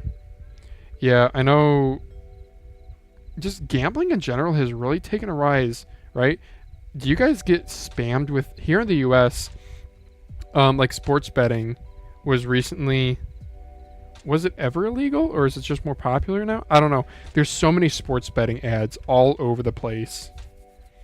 CoffeeZilla, he's a pretty big YouTuber who kind of does like investigative journalism stuff. Has some stuff on the sports betting industry and how toxic it is.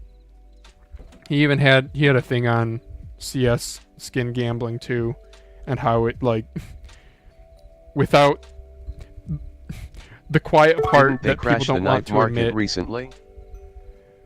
Yeah, because we talked about that on Mousecast very briefly, but he talked about how like the quiet part is they try to these gambling websites try to get kids early, right? You're trying to get people addicted to gambling when they're 12, 13 years old in the form of skins, which is just a real shame. I don't know. How do you not I feel don't like want a to reveal scumbag? my identity, but I played Navi a long time ago and I even now have the opportunity to return to the pro level, but I have a family now, no time for CS. Oh, wow. Okay. Navi's been around for a long time, yeah. That's cool, dude.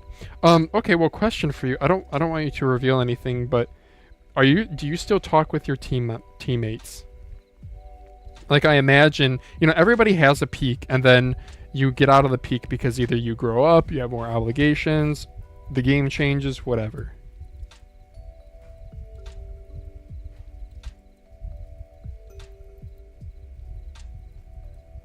I still talk with a lot of the people that I play Star Wars Battlefront with, though it's of course nowhere near how it used to be. I mean, I feel like any team sport or team atmosphere we are competing together, there's a lot of fellowship, right?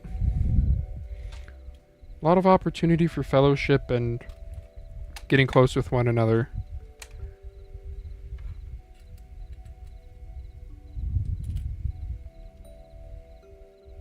I definitely do miss that. So I have the son on the way in January, right? I really hope he takes a liking to team sports. Team sports in general is just such a good, wholesome way of working together towards a common goal, establishing, good communication, putting in high work and reaping rewards and getting that dopamine hit of, victory or Pro players dealing with / friends, loss. yes, but no teams. There is usually more competition than friendship.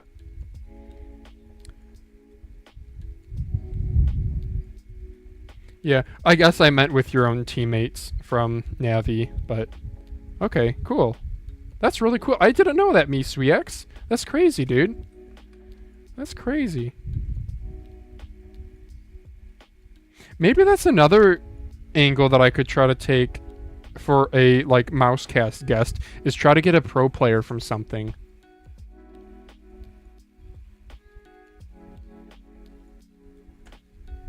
That might be kind of cool, right?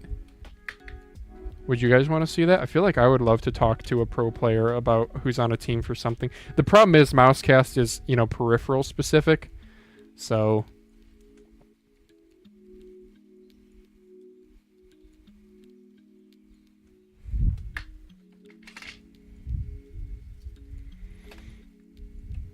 there's not always the best overlap. Pro player who has his own mouse lane would also be a great guest. Oh yeah, like a tens would be really cool to talk about like the development of it. Yeah, that would be really cool.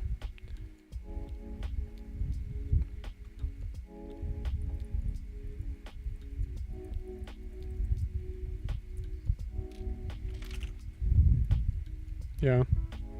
The problem is, well, I don't know. I guess that's not a problem. Maybe I need to not put so many constraints on it, because if we do an interview style, we don't even have to necessarily talk about. Okay, so Mousecast is predominantly like mouse release stuff, right? Which can be pretty darn niche. But having a guest on, I mean, we don't have to necessarily talk about. I mean, it has to be mouse adjacent because that's what the audience is there for, but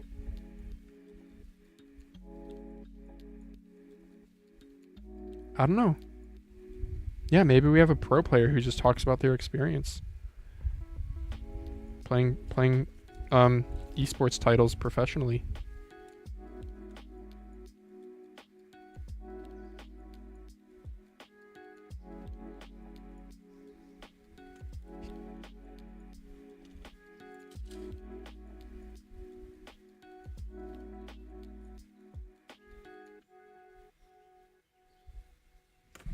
Damn, I had to put a lot of solder on that one. That one was not really happy with me.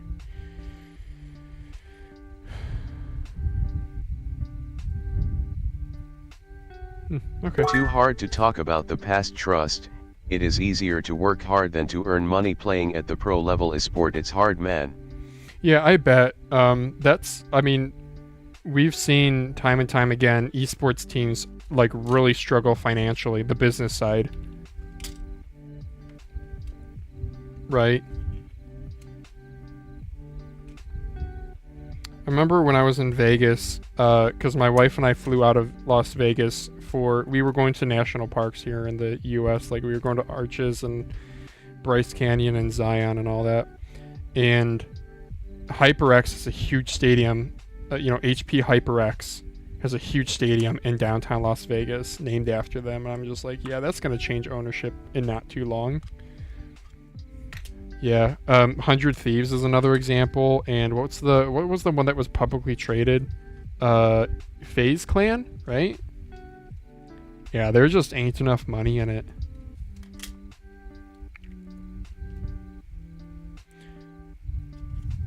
I don't know.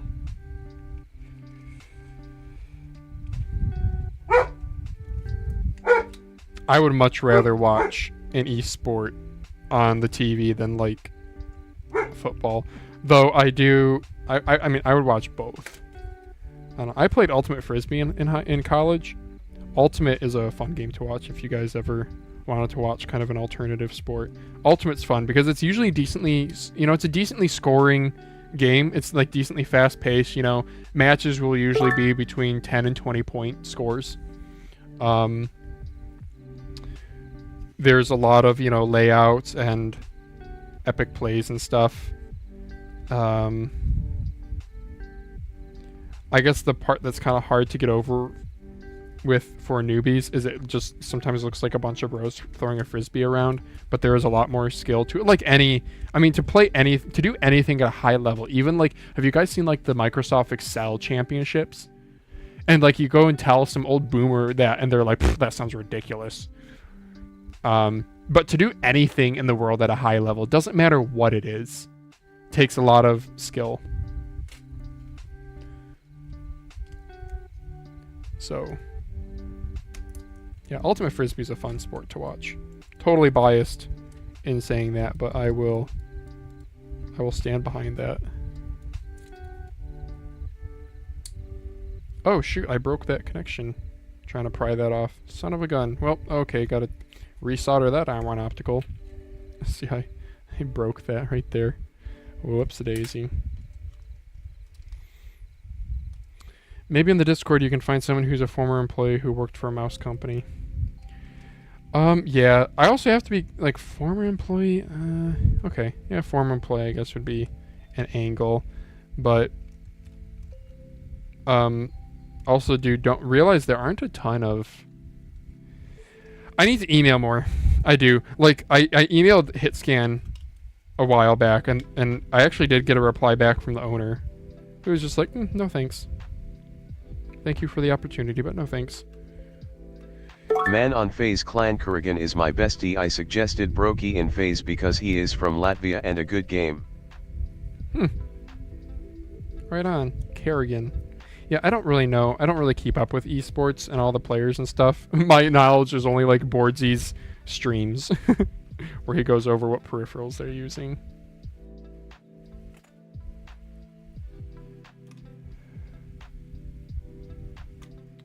Yeah. Yeah, I would love to get like even a small mouse brand like HitScan would be really interesting to have on. The only thing I did get out of HitScan is that, and this is like very old information. This is months old. Like, I probably emailed them back in the springtime this year. They are in fact working on new products. I had asked something like, we would love to hear more about product development, etc. If HitScan's planning on releasing anything else, or if it was just kind of a one and done deal. Like Sprime was kind of a one and done mouse, wasn't it? The Sprime PM1. I know they were like a Ninjutsu offshoot or something. I don't really know the extent of their relationship there, but they were a one and done. But HitScan made it sound like they were investing in more products. They were wanting to do more stuff.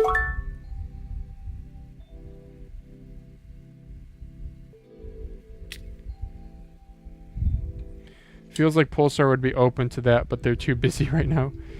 Yeah, you also have to remember that the bigger the company, probably the less likely. But I don't know. I have a boilerplate copy pasta that I send to brands, and it is very open-ended. I mean, if somebody only has 15 minutes, like, we can make that work. The real challenge is Daz's schedule. His kids, it's crazy, dude. He has like a 2-year-old and a 4-year-old. Not quite, but about there. And they don't go to bed till like 10 o'clock, 10:30. Like, I try to get him to come on at about 10:30 to prep for the podcast so that we go live at 10:45, and he's consistently a little late. And he's like putting his kids to, because he's consistently a little late because he's putting his kids to bed. And I feel so bad. Like, that's a late bedtime, isn't it? I don't know. I don't have kids of my own yet, so I don't know, but man, that's a lot of that. I'm kind of scared of that, if I'm being honest. It seems like a hassle. I don't know. We'll figure it out. Lauren and I talk, and we're like, we'll figure it out. We'll make it work. It'll be okay.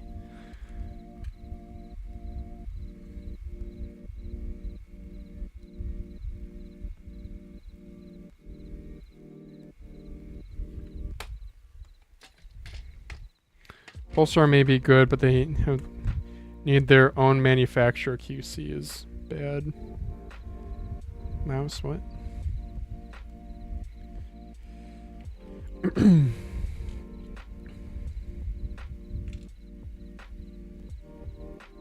Yeah, Pulsar would of course be super cool to have on, but yeah, I do fear that the bigger the company, the more difficult it would be to get someone on, and the more corporate the responses would be. But who knows? I don't know. The key is, I think, just having somebody who's passionate. I mean, that sounds like a no-brainer, but you guys got to remember, not everyone, for a lot of people, their job is just a job.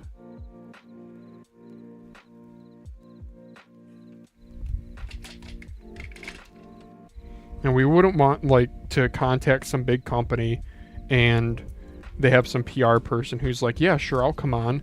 And it's just like they ask for the questions up front, which we do, and we accommodate for that.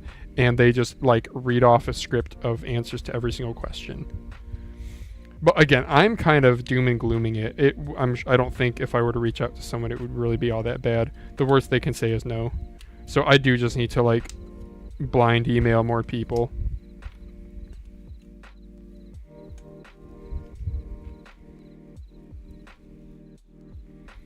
There's just so much stuff I can do related to mice, guys. There's so much I want to do. I would love to expand the channel. Doing something beyond reviews. Like, I mean, I could do more reviews. Like, I would love to do more one-take reviews. Like, when I get a new mouse in, if I just live stream it and then I just edit the live stream into kind of a one-take review type of a thing. I would love to do that more. I would love to do more Mousecast, like games and community interaction. I would love to set up some sort of way of doing like a call, like a viewer Q&A call in, callers chat with us, or like ask questions. I'd love to do more giveaways. I would love to do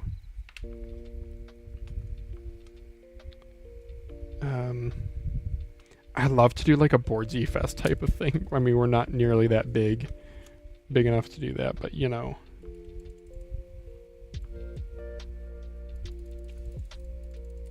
Yeah, this is like, it's too light. Maybe I should have swapped that switch. Middle mouse is like too light on this mouse. Let's get these clicks out of here. What's the biggest company you tried emailing? Again, I haven't really emailed a whole lot of people, you guys. Hit scan is on the list, right? Then all the reviews that we've done so far. Who's the biggest guest we've had on? Is Melon? Wait a second.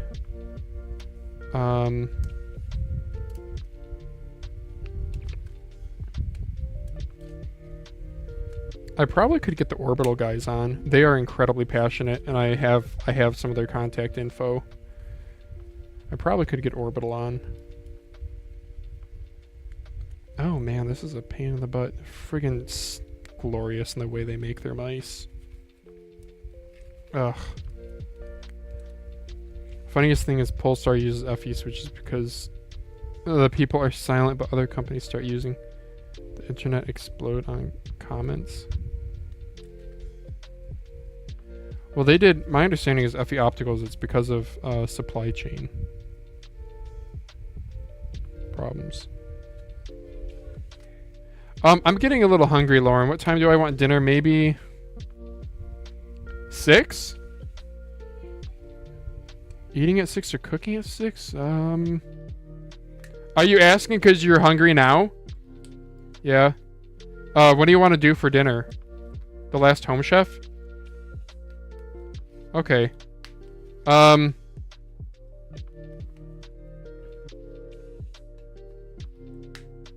don't know. You choose, Lauren. There we go. Wow, that was a pain in the butt to slide in. What's starting soon? Okay. Alright, I need to check how these clicks feel. It's just such a shame that this stupid mouse is like assembled this way.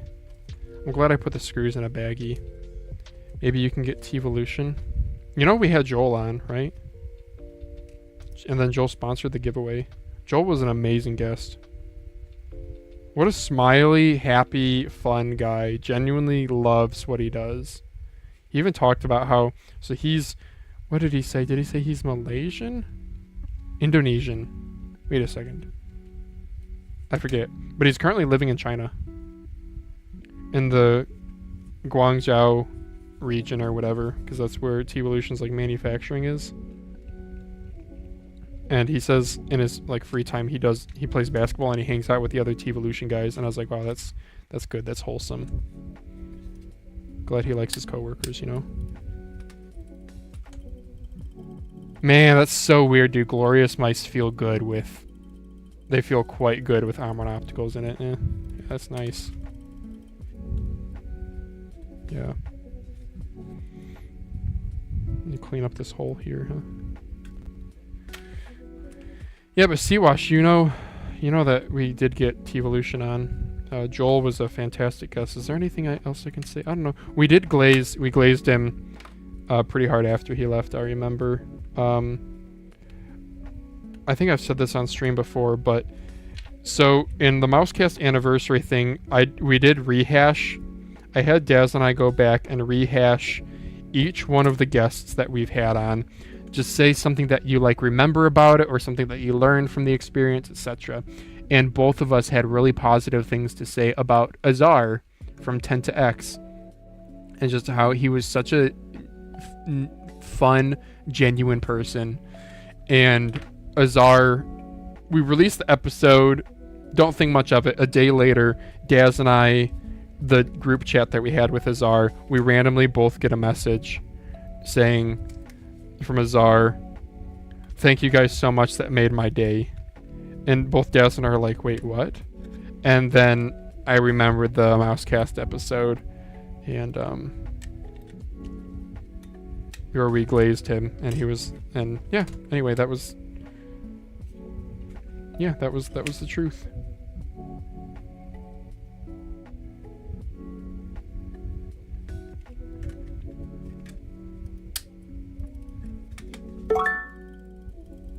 Yeah, dude, these Amon opticals feel fantastic. Hi, Phalanges. Good evening. Hey, good evening to you, Jeebus Glotzy.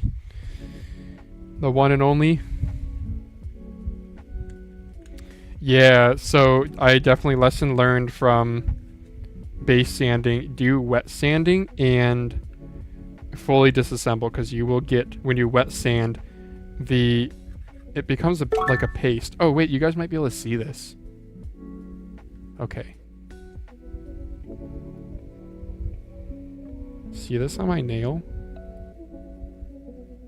So, when you wet sand, first of all, the plastic powder is incredibly fine when you get into the higher grit sandpaper. Like, this is a powder, but then when you wet sand, the water makes it coagulate into like a mud, like a plastic mud, and it just gets everywhere, dude. It gets everywhere. But wet sanding is really important for keeping the heat down, I learned.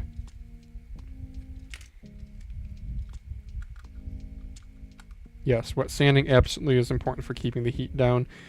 You could just be less aggressive, but yeah, you live and you learn. I don't know, when you're doing like 42 mice, whatever I did, you get a little impatient, so you start going a little bit faster, and you have a little bit of heat buildup. Didn't know you got T-Evolution as a guest. I have only watched your streams. Wait a second, you watch the live streams but not Mousecast? Dude, Mousecast is where it's at. These live streams are garbage, dude. Mousecast is such better quality content. But, you know, I don't judge. You do you, dude. It still blows my mind when I hear that there's people here who, like, don't know who Daz is. Because I'm pretty sure, I would guess, like, 2/3 of the Mousecast audience is Daz. Is from Daz's channel. Like, now that YouTube has the collaboration feature, like that, yeah, it just boosts the audience so much more.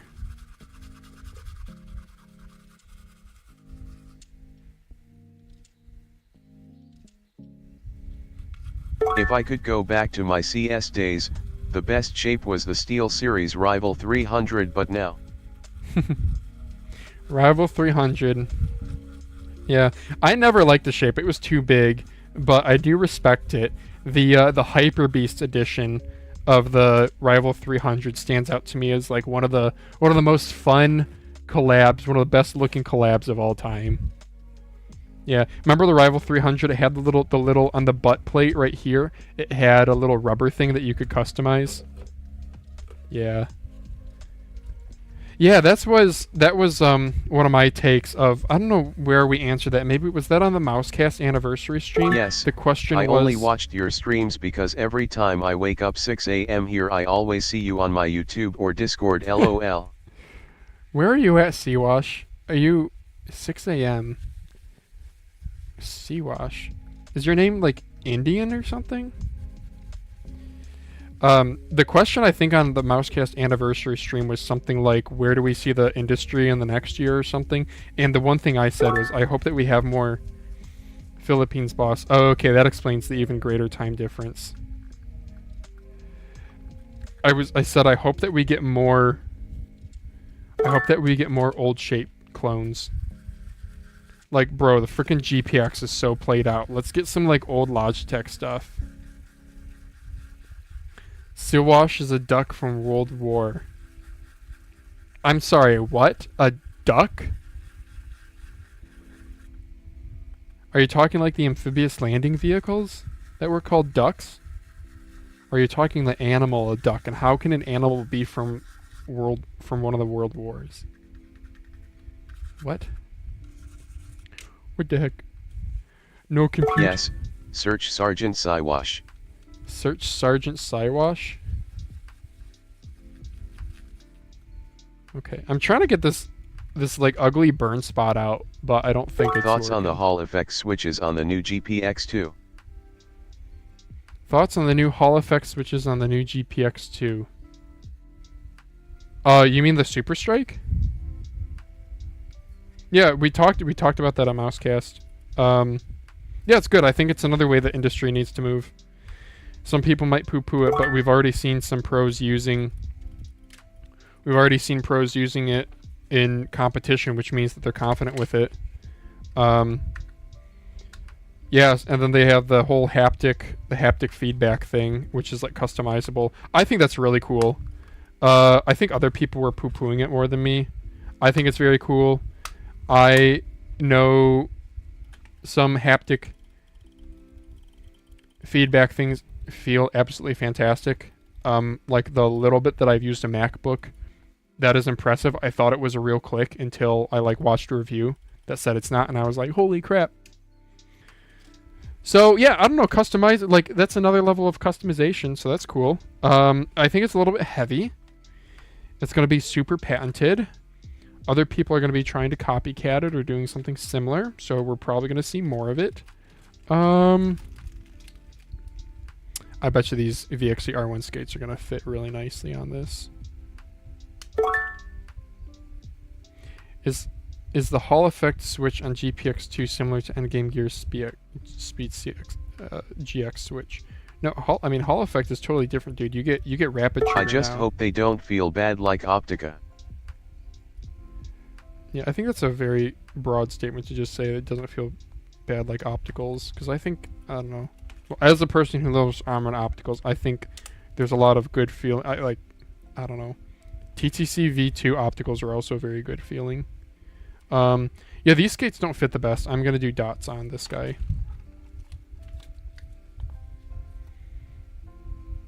But, like I said, there have been multiple people spotted using the Super Strike in tournament play. This isn't just at home. These are actual games that really matter. And I don't think, if it felt bad, I don't think players would be relying on it in tournament play. So I think that's a very good sign.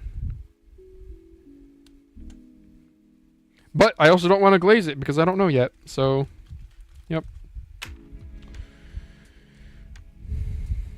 Let's put new dots on this. I think these are nice slower red ones, which I'm not a huge fan of.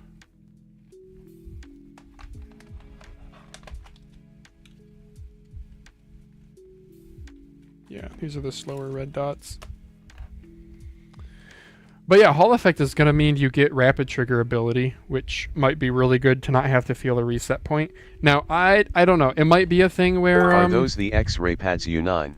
No, these are AliExpress skates. X-Ray Pad U9s are orange. It might be the Super Strike Hall effect. It might be, like, not a big deal. We might learn that, maybe it doesn't matter that much. You know? Like, in games already, Hall effect on keyboards, rapid trigger on keyboards doesn't matter in, like, Battlefield games, for example. Because there's so much movement inertia. You can't quickly strafe back and forth anyway. Where it is nice is, like, spamming... Like, it can be really nice for spamming interaction keys or, you know, things like that. But where it really excels is strafing and, like, as Tracer and Overwatch, you know? Like, Optimum Tech has a video on it. Those AliExpress red skates are so good for the price on a cloth mouse pad, but on glass Is prop it's just trash. for marketing? I doubt it's life-changing. Yeah, I don't know. We'll see if it's just for marketing. We'll see. I think it opens the door to a lot more... a lot of different kind of click feels. I mean, like, what if you could link it to software so, like, you have, like, a recoil effect or something. I don't know. Think outside of just competitive play, you know, is, I guess, what I'm saying.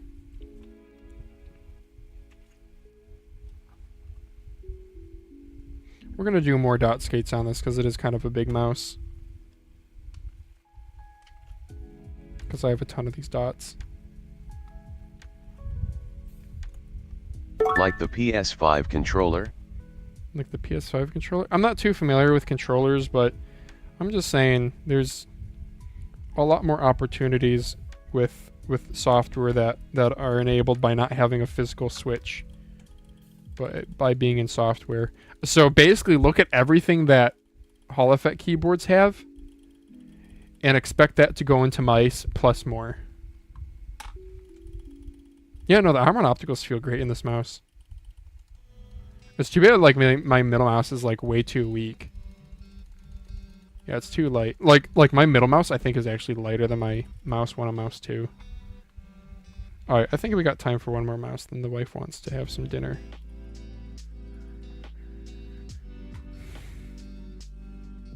Okay. And I gotta figure out my dongle situation with that mouse too. I would love to do the Series 1 Pro next, but I need to sand this mouse, and that might take a little bit of time.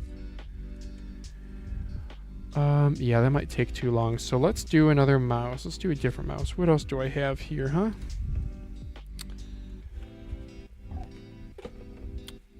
Yeah, controllers have gotten good though too. Again, I don't use controllers at all, but my understanding is cheap controllers have gotten really good.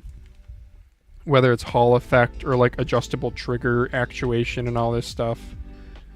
Yeah. Let's see, what other mice do I have to do? So this Lamser Atlantis Mini. I need to change the encoder in it because I want to sell this actually. Man, what a good shape though. But I do need to sell it. So why don't we... Yeah, why don't we mod this mouse? Change the encoder. I believe it uses a 7mm encoder. Let me make sure I actually have decent 7mm encoder options. So I think that was the whole reason why why it feels weird. I don't know. I have Alps 7mm, but they're much What's the lower most step recent count. mouse you got?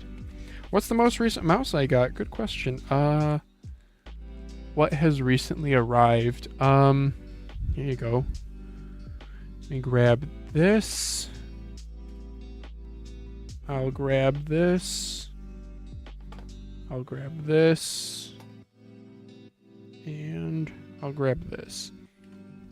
So, I got Ninjutsu 10 Air.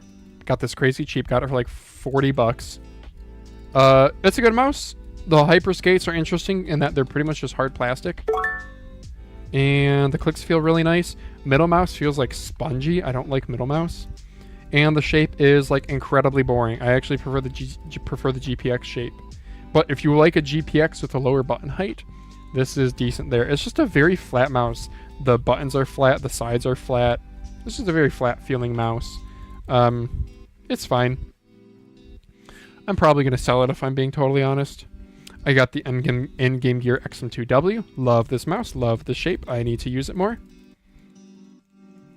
The click feel is so much better than my wired OP or XM2 8K. Wyzal OGM Pro V2. What a solid ergo mouse. I can see why it's a good shape. The topographic colorway is fun, though you can actually feel these ridges. They do, in fact, sit proud. And you guys can also see the coating. Feels like a spray painted finish. I like this mouse. I don't like the ratios. The ratios are kind of spongy. I really wish I could mod them, but there we go. That's ratios for you.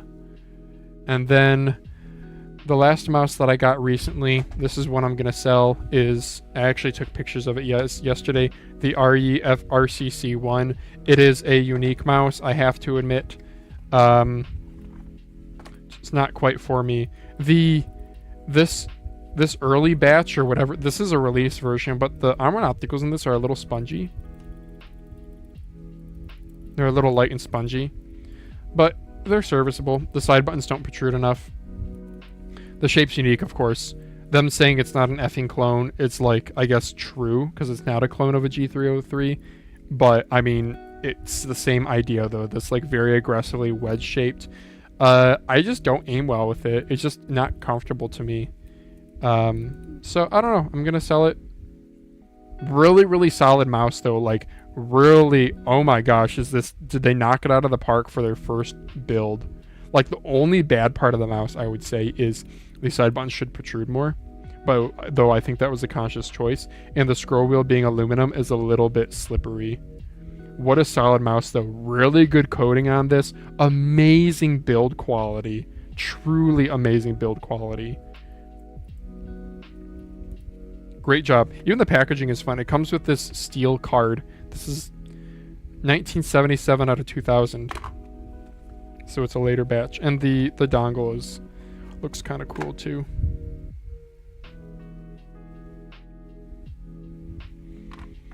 And then I have inbound, I have a few other things from AliExpress. You can check my 11/11 stream as to some of the stuff I bought. Also check the Discord. Tons of stuff inbound. I am excited for the Luna 33.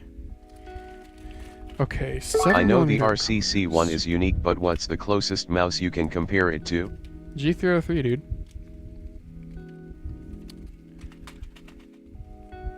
Um...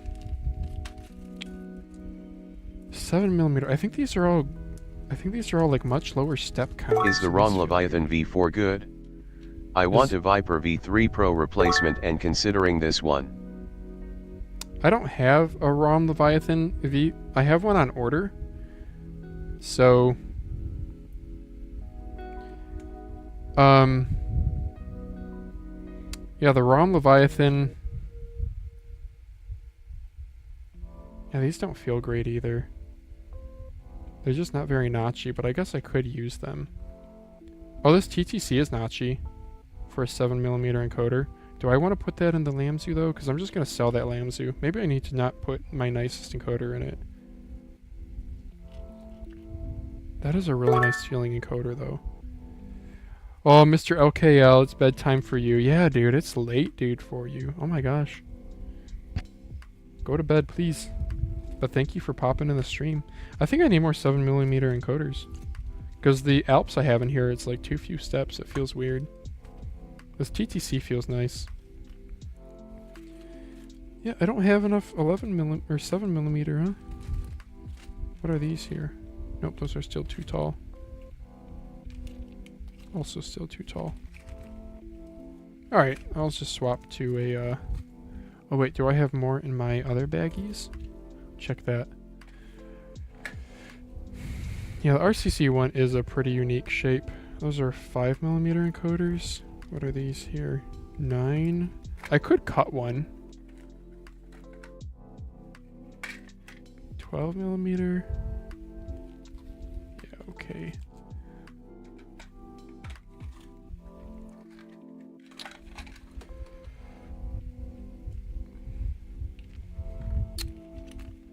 I'm not in love with any of these. These are 7mm too. Let's try one of these. I don't think these feel that great though. Thing is, I wanna put in a quality encoder because I'm gonna sell it, but I don't wanna. I only have one good. Yeah, that doesn't feel great either. I only have like one good one, and I don't want to use it up if I'm just gonna sell it.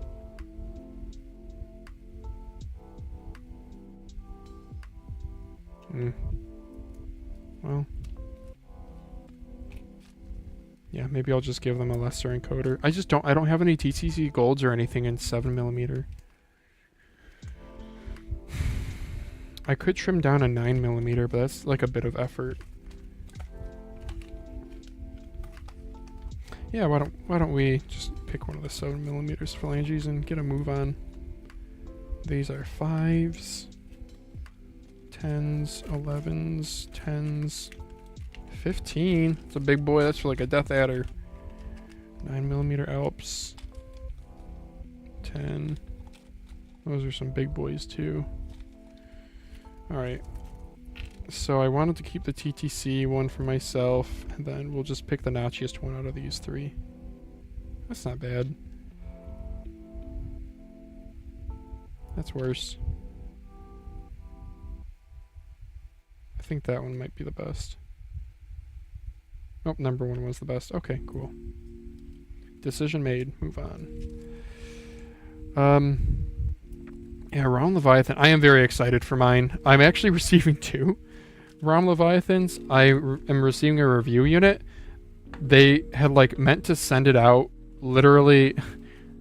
The review timeline initially was going to be like October 15th through the 31st, something like that. So they were going to send it out to me like early October. They had production delays or something, and I didn't get a unit until it went on sale on 11. Like, I had been in contact with ROM back and forth being like, hey, when's it getting shipped out? When's it getting shipped out? They were waiting on the next batch to be produced.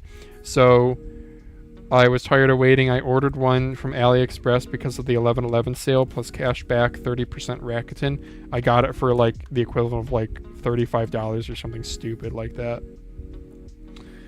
And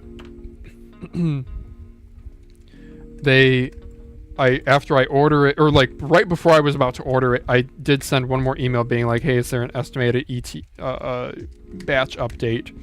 Didn't hear anything back because of time zone differences, so I ordered one.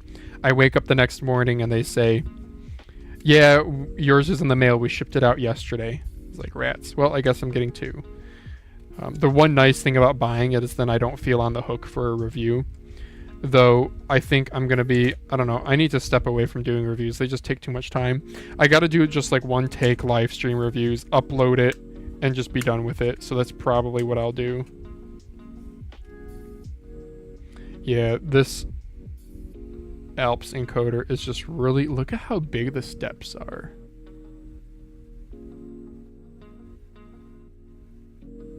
Like, feel free to focus camera, you know? I have you on autofocus. There you go. Just look at how big the steps are. Like, it's like twice as long to do a single step. That's why I want to desolder this. It just feels really weird to scroll something that has such large steps. It's a shame though, because like this mouse, I don't know, like maybe I shouldn't even bother doing this. Maybe this is just a big waste of my time. Because I'm going to sell this mouse, and it's only going to sell for like 40 bucks, I bet. Those TCC gold encoders with dust-proof ones make some mouses vibrate, shell, and make noise while wheeling. What? I have never had that problem. Vibrating the shell? Okay. I mean, is that... I don't know. I use Alps encoders, which are significantly more tactile than TTC golds. So if the vibration is due to tactility, I have no issue because I go even more tactile. But sure. I mean, there was that one guy in the last stream who put WD-40 in his GPX1 because of his scroll wheeling was too loud. So sure, bro. What a silly guy. And then he was like, I got a question on my mouse, the switches aren't working because I got WD-40 all up in them. Lol. It's funny. And it's so funny. He was like, I got a question. So I'm expecting it to be some like super normie ass question. Like one of the questions I get all the time. I get questions every single day that are like, what mouse do you recommend? What battery do you recommend? So I thought it was going to be one of those. But no, it's like, I squirted WD-40 all over my mouse and now the switches don't work. What do I do? It's like, that was unexpected. Wait a second, why am I grabbing onto the switch? I'm desoldering the encoder, Jesus. There we go. Ah, I did not solder the mounting prongs. Perfect, this is going to be easy. Oh, Phalanges, you genius.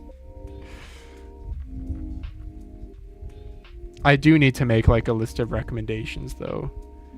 Like, I have my mouse swapping tutorial video. And it's so nice because I get probably on average about one message a day, usually on Reddit, about something battery swapping related. And it's just so nice to just link the spreadsheet and just be like, reference the YouTube video at the top of the spreadsheet. So...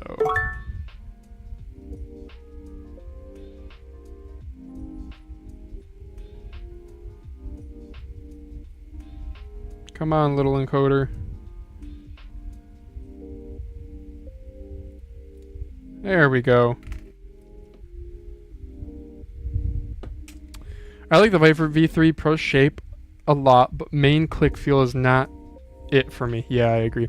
I love how Omron opticals feel, but they're usually a bit light for me.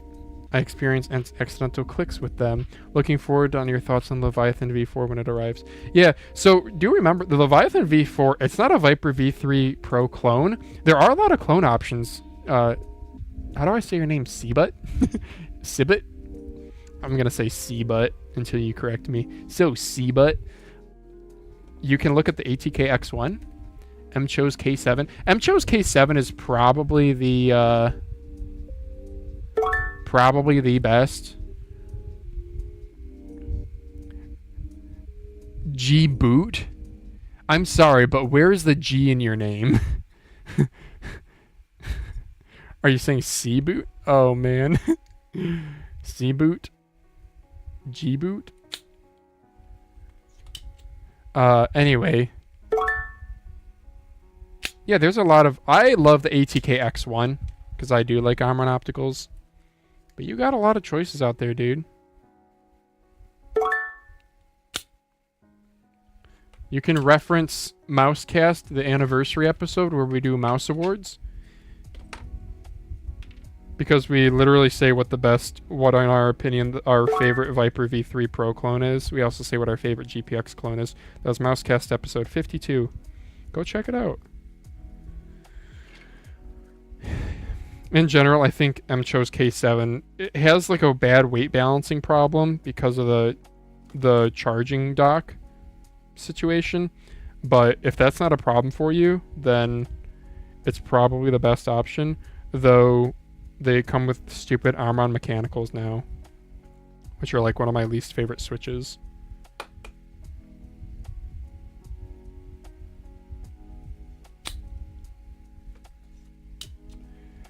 It's how it's spelled in Turkish. I knew that's what it was going to be. Oh, okay. Well, G-boot.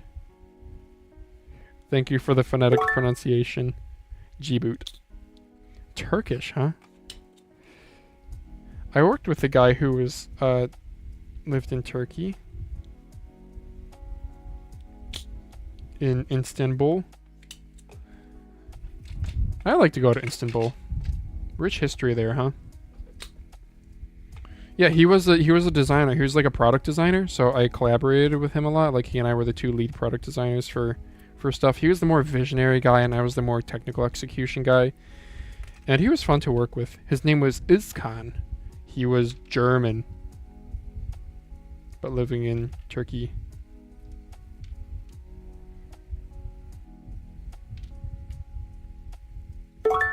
And then he moved to Austria. Alright, 7mm. Am I the right encoder size here, Britter? My Britter. And I'm also using... I have the blue one. Okay. Yeah, that seems like the right scroll wheel height. Wait, is it? Wait a second. Is this not a 7? Is this like a weird 8mm encoder height? That seems too low. Wait, do I need a 9mm encoder? Wait, would that really solve all my problems? I'm also Turkish, by the way. Sorry for spamming. Oh, dude, no problem for spamming. I'm glad that I have the notification sound on because now it's really helpful. I need to go to a 9mm encoder. Son of a gun. Anyway, this product designer, he did some work for Playmobil. Have you guys heard of Playmobil? Are they German? Toy maker, you know? Like little figurines and stuff. Not quite like Lego, but they did have, yeah, they were like a name brand toy brand. Good quality stuff. My GPX2 with hot swap board comes with those TTC encoder. I make shim between encoder plastic part of case scroller wheel noise. Yeah, sure. Do Omron opticals work if you swap them into mechanicals like the new K7 Ultra models? Really good question, Fearless. By the way, thank you for following me on Twitter. You're one of the few people who likes stuff. So it's people like you that I actually bother posting to Twitter. The K7, I have Omron opticals in my K7 that came with mechanicals. I did confirm, I think I wrote it in my spreadsheet that even though the PCB has the extra pinholes for Omron opticals, it is not supported by the mouse. The firmware is not programmed for it or whatever. So my Omron opticals in this are in mechanical mode. I'm soldering to the normally open switch pin. So just understand that yes, it's possible, but no, they will not be used in an optical manner.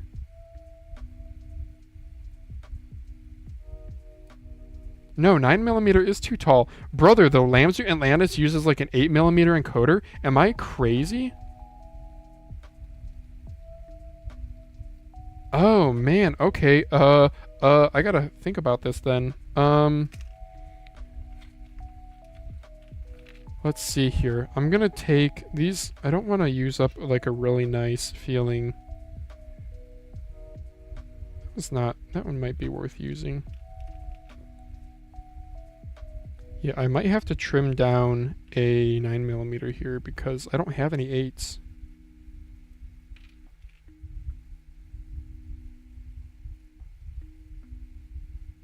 How's audio levels, by the way, guys? Everything seem good to you?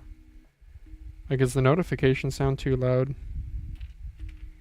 I'm probably gonna watch this stream back very briefly and tweak a few things because the bot that I'm using has some customization to volume level. Oh wow, that one is notchy as hell. That one's really nice.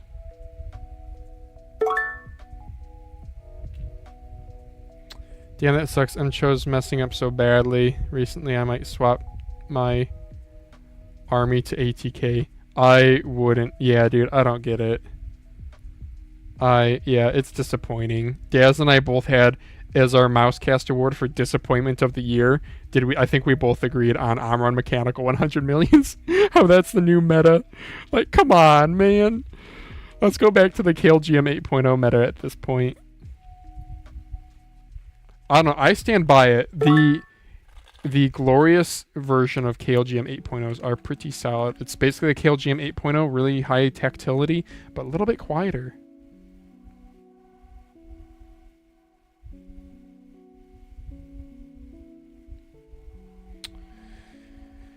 Oh man, this might be a pain in the butt to mod. It might be better if I just take a 7mm and I space it out. Maybe this was all in vain. That looks like a 7mm to me. So one thing you can do is you can take a 7mm encoder here. Let me zoom in on this for the people who are actually watching instead of just listening. Okay. So you see how the wheel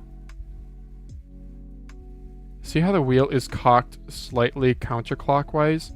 If I push on this encoder like that, now it's more straight. So I just need to space the encoder up 1mm. So that is what I'll do. And how's this encoder feel? That's fine. It's smooth, but whatever. I'm gonna sell this mouse. Okay. That's about the height that I wanted at. What time are we at? 5:48.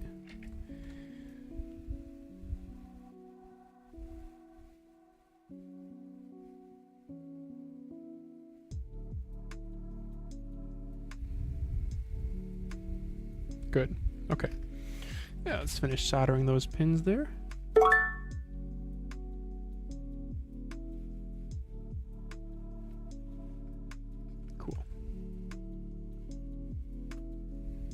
Desolder that one a little bit. I put too much solder on it. Yeah, it was such a downgrade. I don't know why. Well, so we asked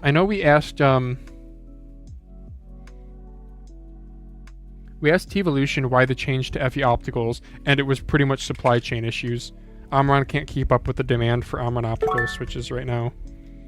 But why then go to mechanicals? It seems like a downgrade. TTC optical V2s are really good switches also. The blue dot TTC ones, yeah. So, no excuses.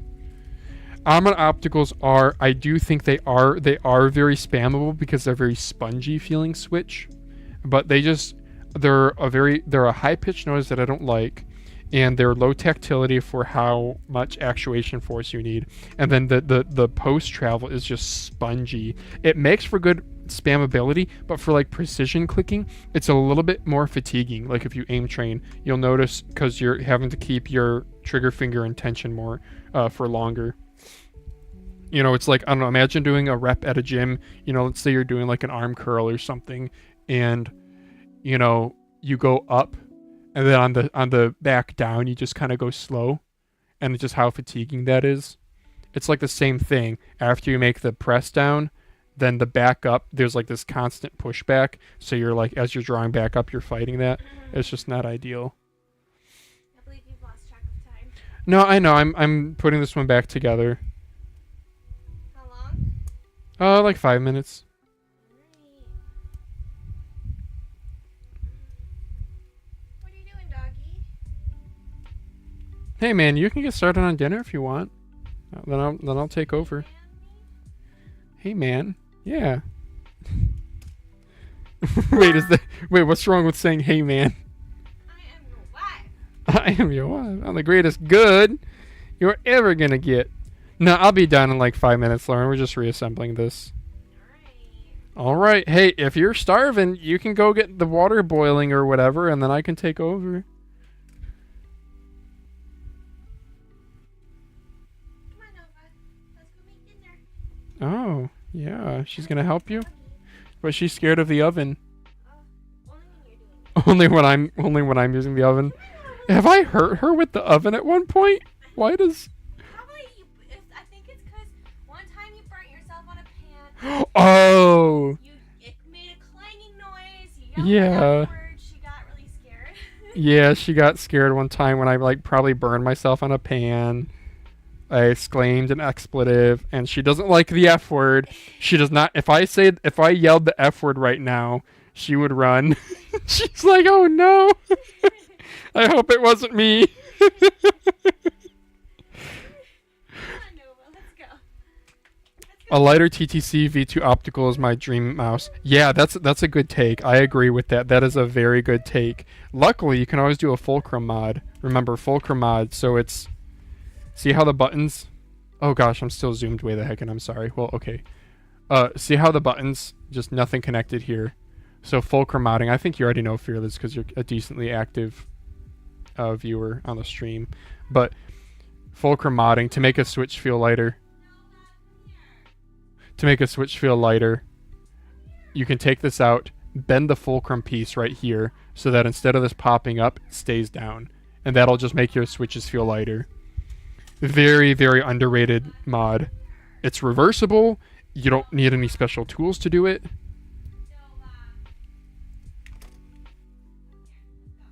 Nova, go get mommy. Nova, I walked go get mommy. through that hallway. Go get mommy. Go get mommy. I walked through that hallway instead of going through this way, and I think she thought I was gonna grab the nail clippers. No. It's time for dinner. You want your dinner? Go get mommy. Go get mommy. Oh, this dog is like... Lauren walked by where we keep the nail clippers. And no, she's staying up here with me, Lauren. She's all scared. She's hiding behind me right now, dude.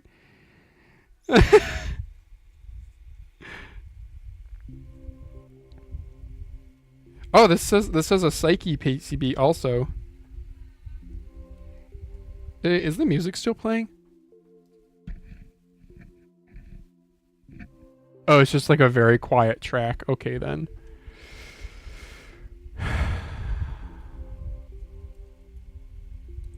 Need to reconnect the battery. That's how British people say battery. They say battery. Which is funny because Americans, we usually get pretty lazy with our English. Like, bedroom here is bedroom. Or one that is specific to my region of the USA is crayon, like the wax Crayola crayons. We say crayon. We just do one syllable, crayon. instead of crayon. Another thing that is, I don't say this, but I have heard some other people say this, instead of garage, like where you keep your car in the garage, they say garage. Garage, one syllable. Yeah, there's probably other lazy American accent things. Yeah, but like bedroom instead of bedroom. Like nobody says bedroom. What's another one? Oh, I say comfortable. I say comfortable, but a lot of people say comfortable. Comfortable. Comfortable. They remove one syllable from it. English is not the prettiest language at all. It's a lot of consonants that you can kind of stumble over. So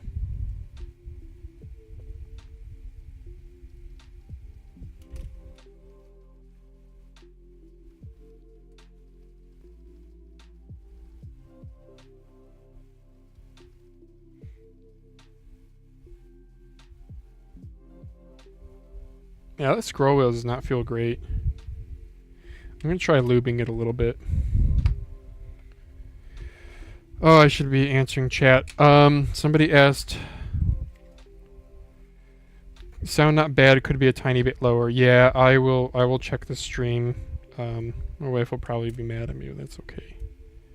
I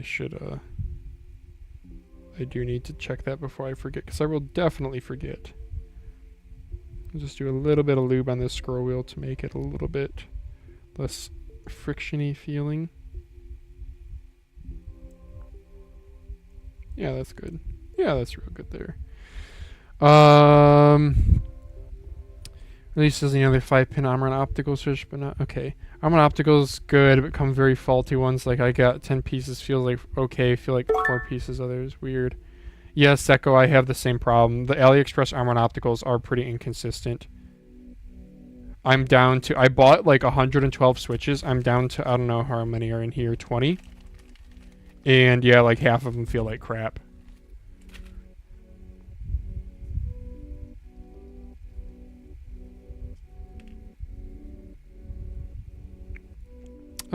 So let's put the shell back on. Wow, there we go. Battery's connected.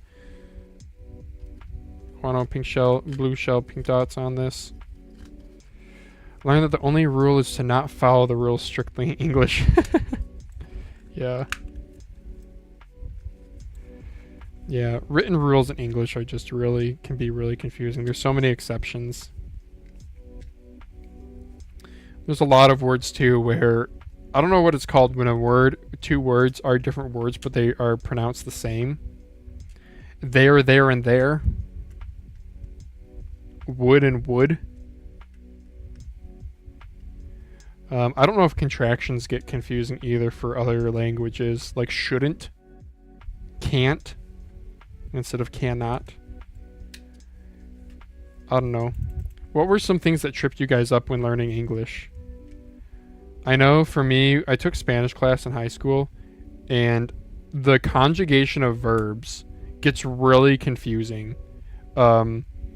Like, it never clicked with me doing like, okay, being like, okay, so run in Spanish is, the verb is correr. So like, I run is corro. That makes sense. But like, and then running is like corriendo, you know, you're changing the iendo part. Those all make sense because in my mind it's like run in English is run. Running is you add ing, running. But like a confusing one is when you start getting to like the past tenses. My brain just faults out. Like the past tenses and future tenses, I did not get those conjugations in Spanish. Like nouns and stuff, it's really just like vocabulary, just learning as many words as you can.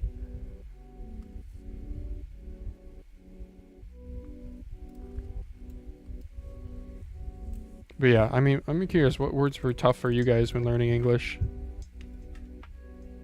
It's like a lot of the exceptions. Any pronunciations that were really tough?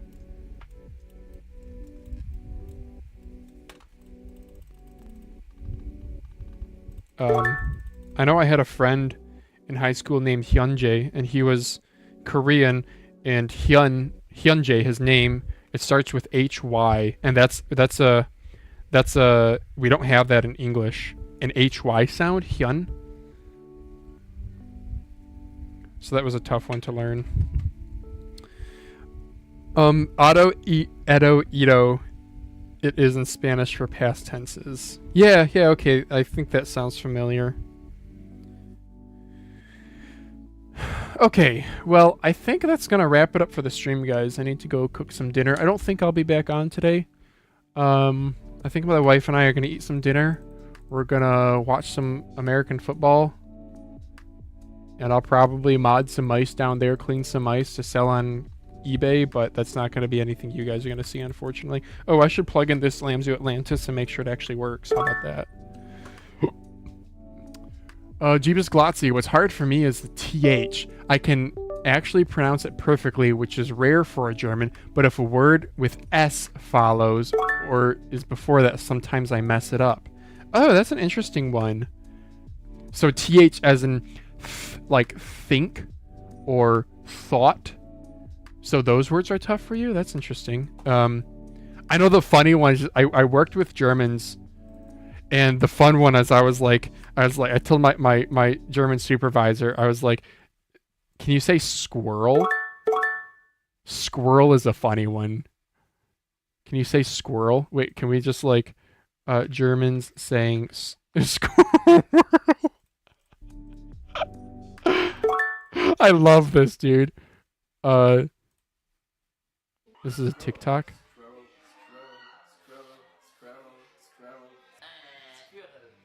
Einmal. Squirrel, squirrel, squirrel, squirrel. Nein, squirrel, squirrel, squirrel, was squirrel.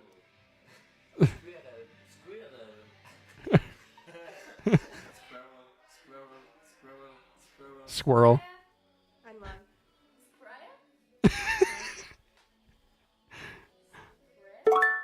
I know. I don't mean to make fun. It's just great because there's words in English that you guys should have me try to say too. That'd be really funny. Was? I can do that actually. Yeah, it's like a tongue twister. Or I know another funny one in French is the green worm goes toward the green glass. So in French, it's so weird. You just like any word in French, you just ignore the second half of the word. You just don't pronounce it. And I remember asking a French coworker, I was like, so are there any funny words or phrases as a result of that? And she was like, yeah, the French phrase, the ver, so something like that. And it's like a bunch of different words, but they're all pronounced the same because like the green, the worm green goes toward the green glass or whatever. Yeah, anyway, it's not even a tongue twister, it's just a goofy saying. Yeah. Squirrel.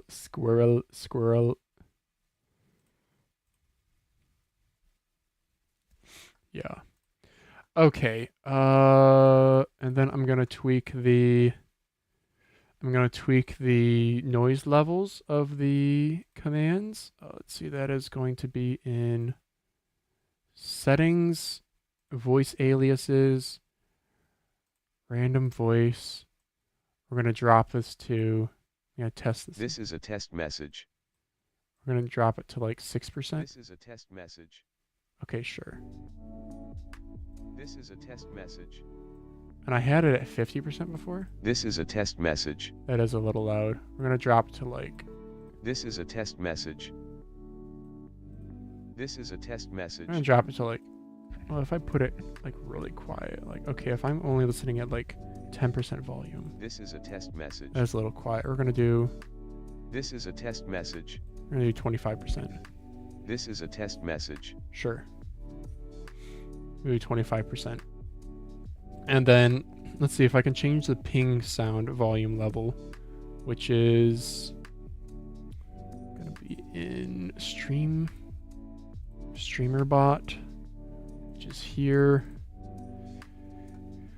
And that's the chat ping command. Can I do... Play sound at 100%. Edit sub action. Oh, there you go. Volume slider. Okay, so the original was this. And if I drop that to 25%. Okay. Okay, there we go. Wow, dude, StreamerBot's good. Easy to use. It's a little, well, it works well. It takes a little bit to set up, I gotta admit. So, okay, well, thank you guys so much. I'm gonna go cook some dinner. Shout out to everyone in chat. Jeebus Glotzy, Fearless, Secco. K7 is 110 in my country. IDK if it's worth it. Yeah, probably not, dude. Check the, yeah, there's a list. There's a whole list. Join the Discord too, Gboot, if you got more questions about potential clones. There's a ton of options for Viper V3 clones. You're in good company.